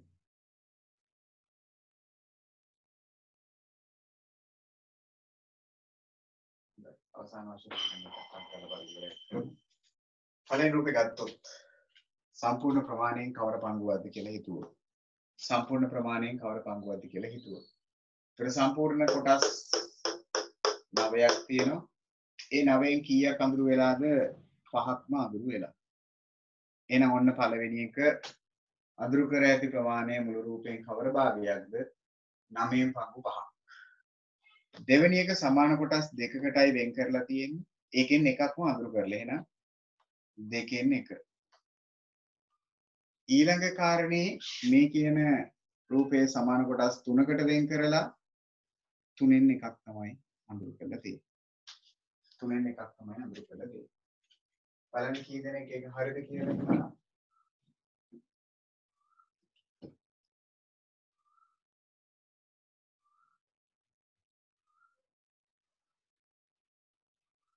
පළවෙනි එක 9න් 5යි, දෙවෙනි එක 2කින් 1යි, ඊළඟ එක 3න් 1යි. පැහැදිලිද කට්ටියට?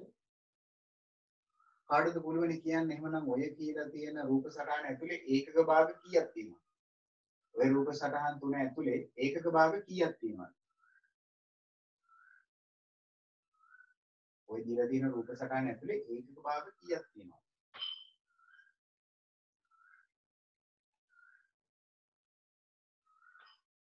හොඳයි. කට්ටිය පැහැදිලි.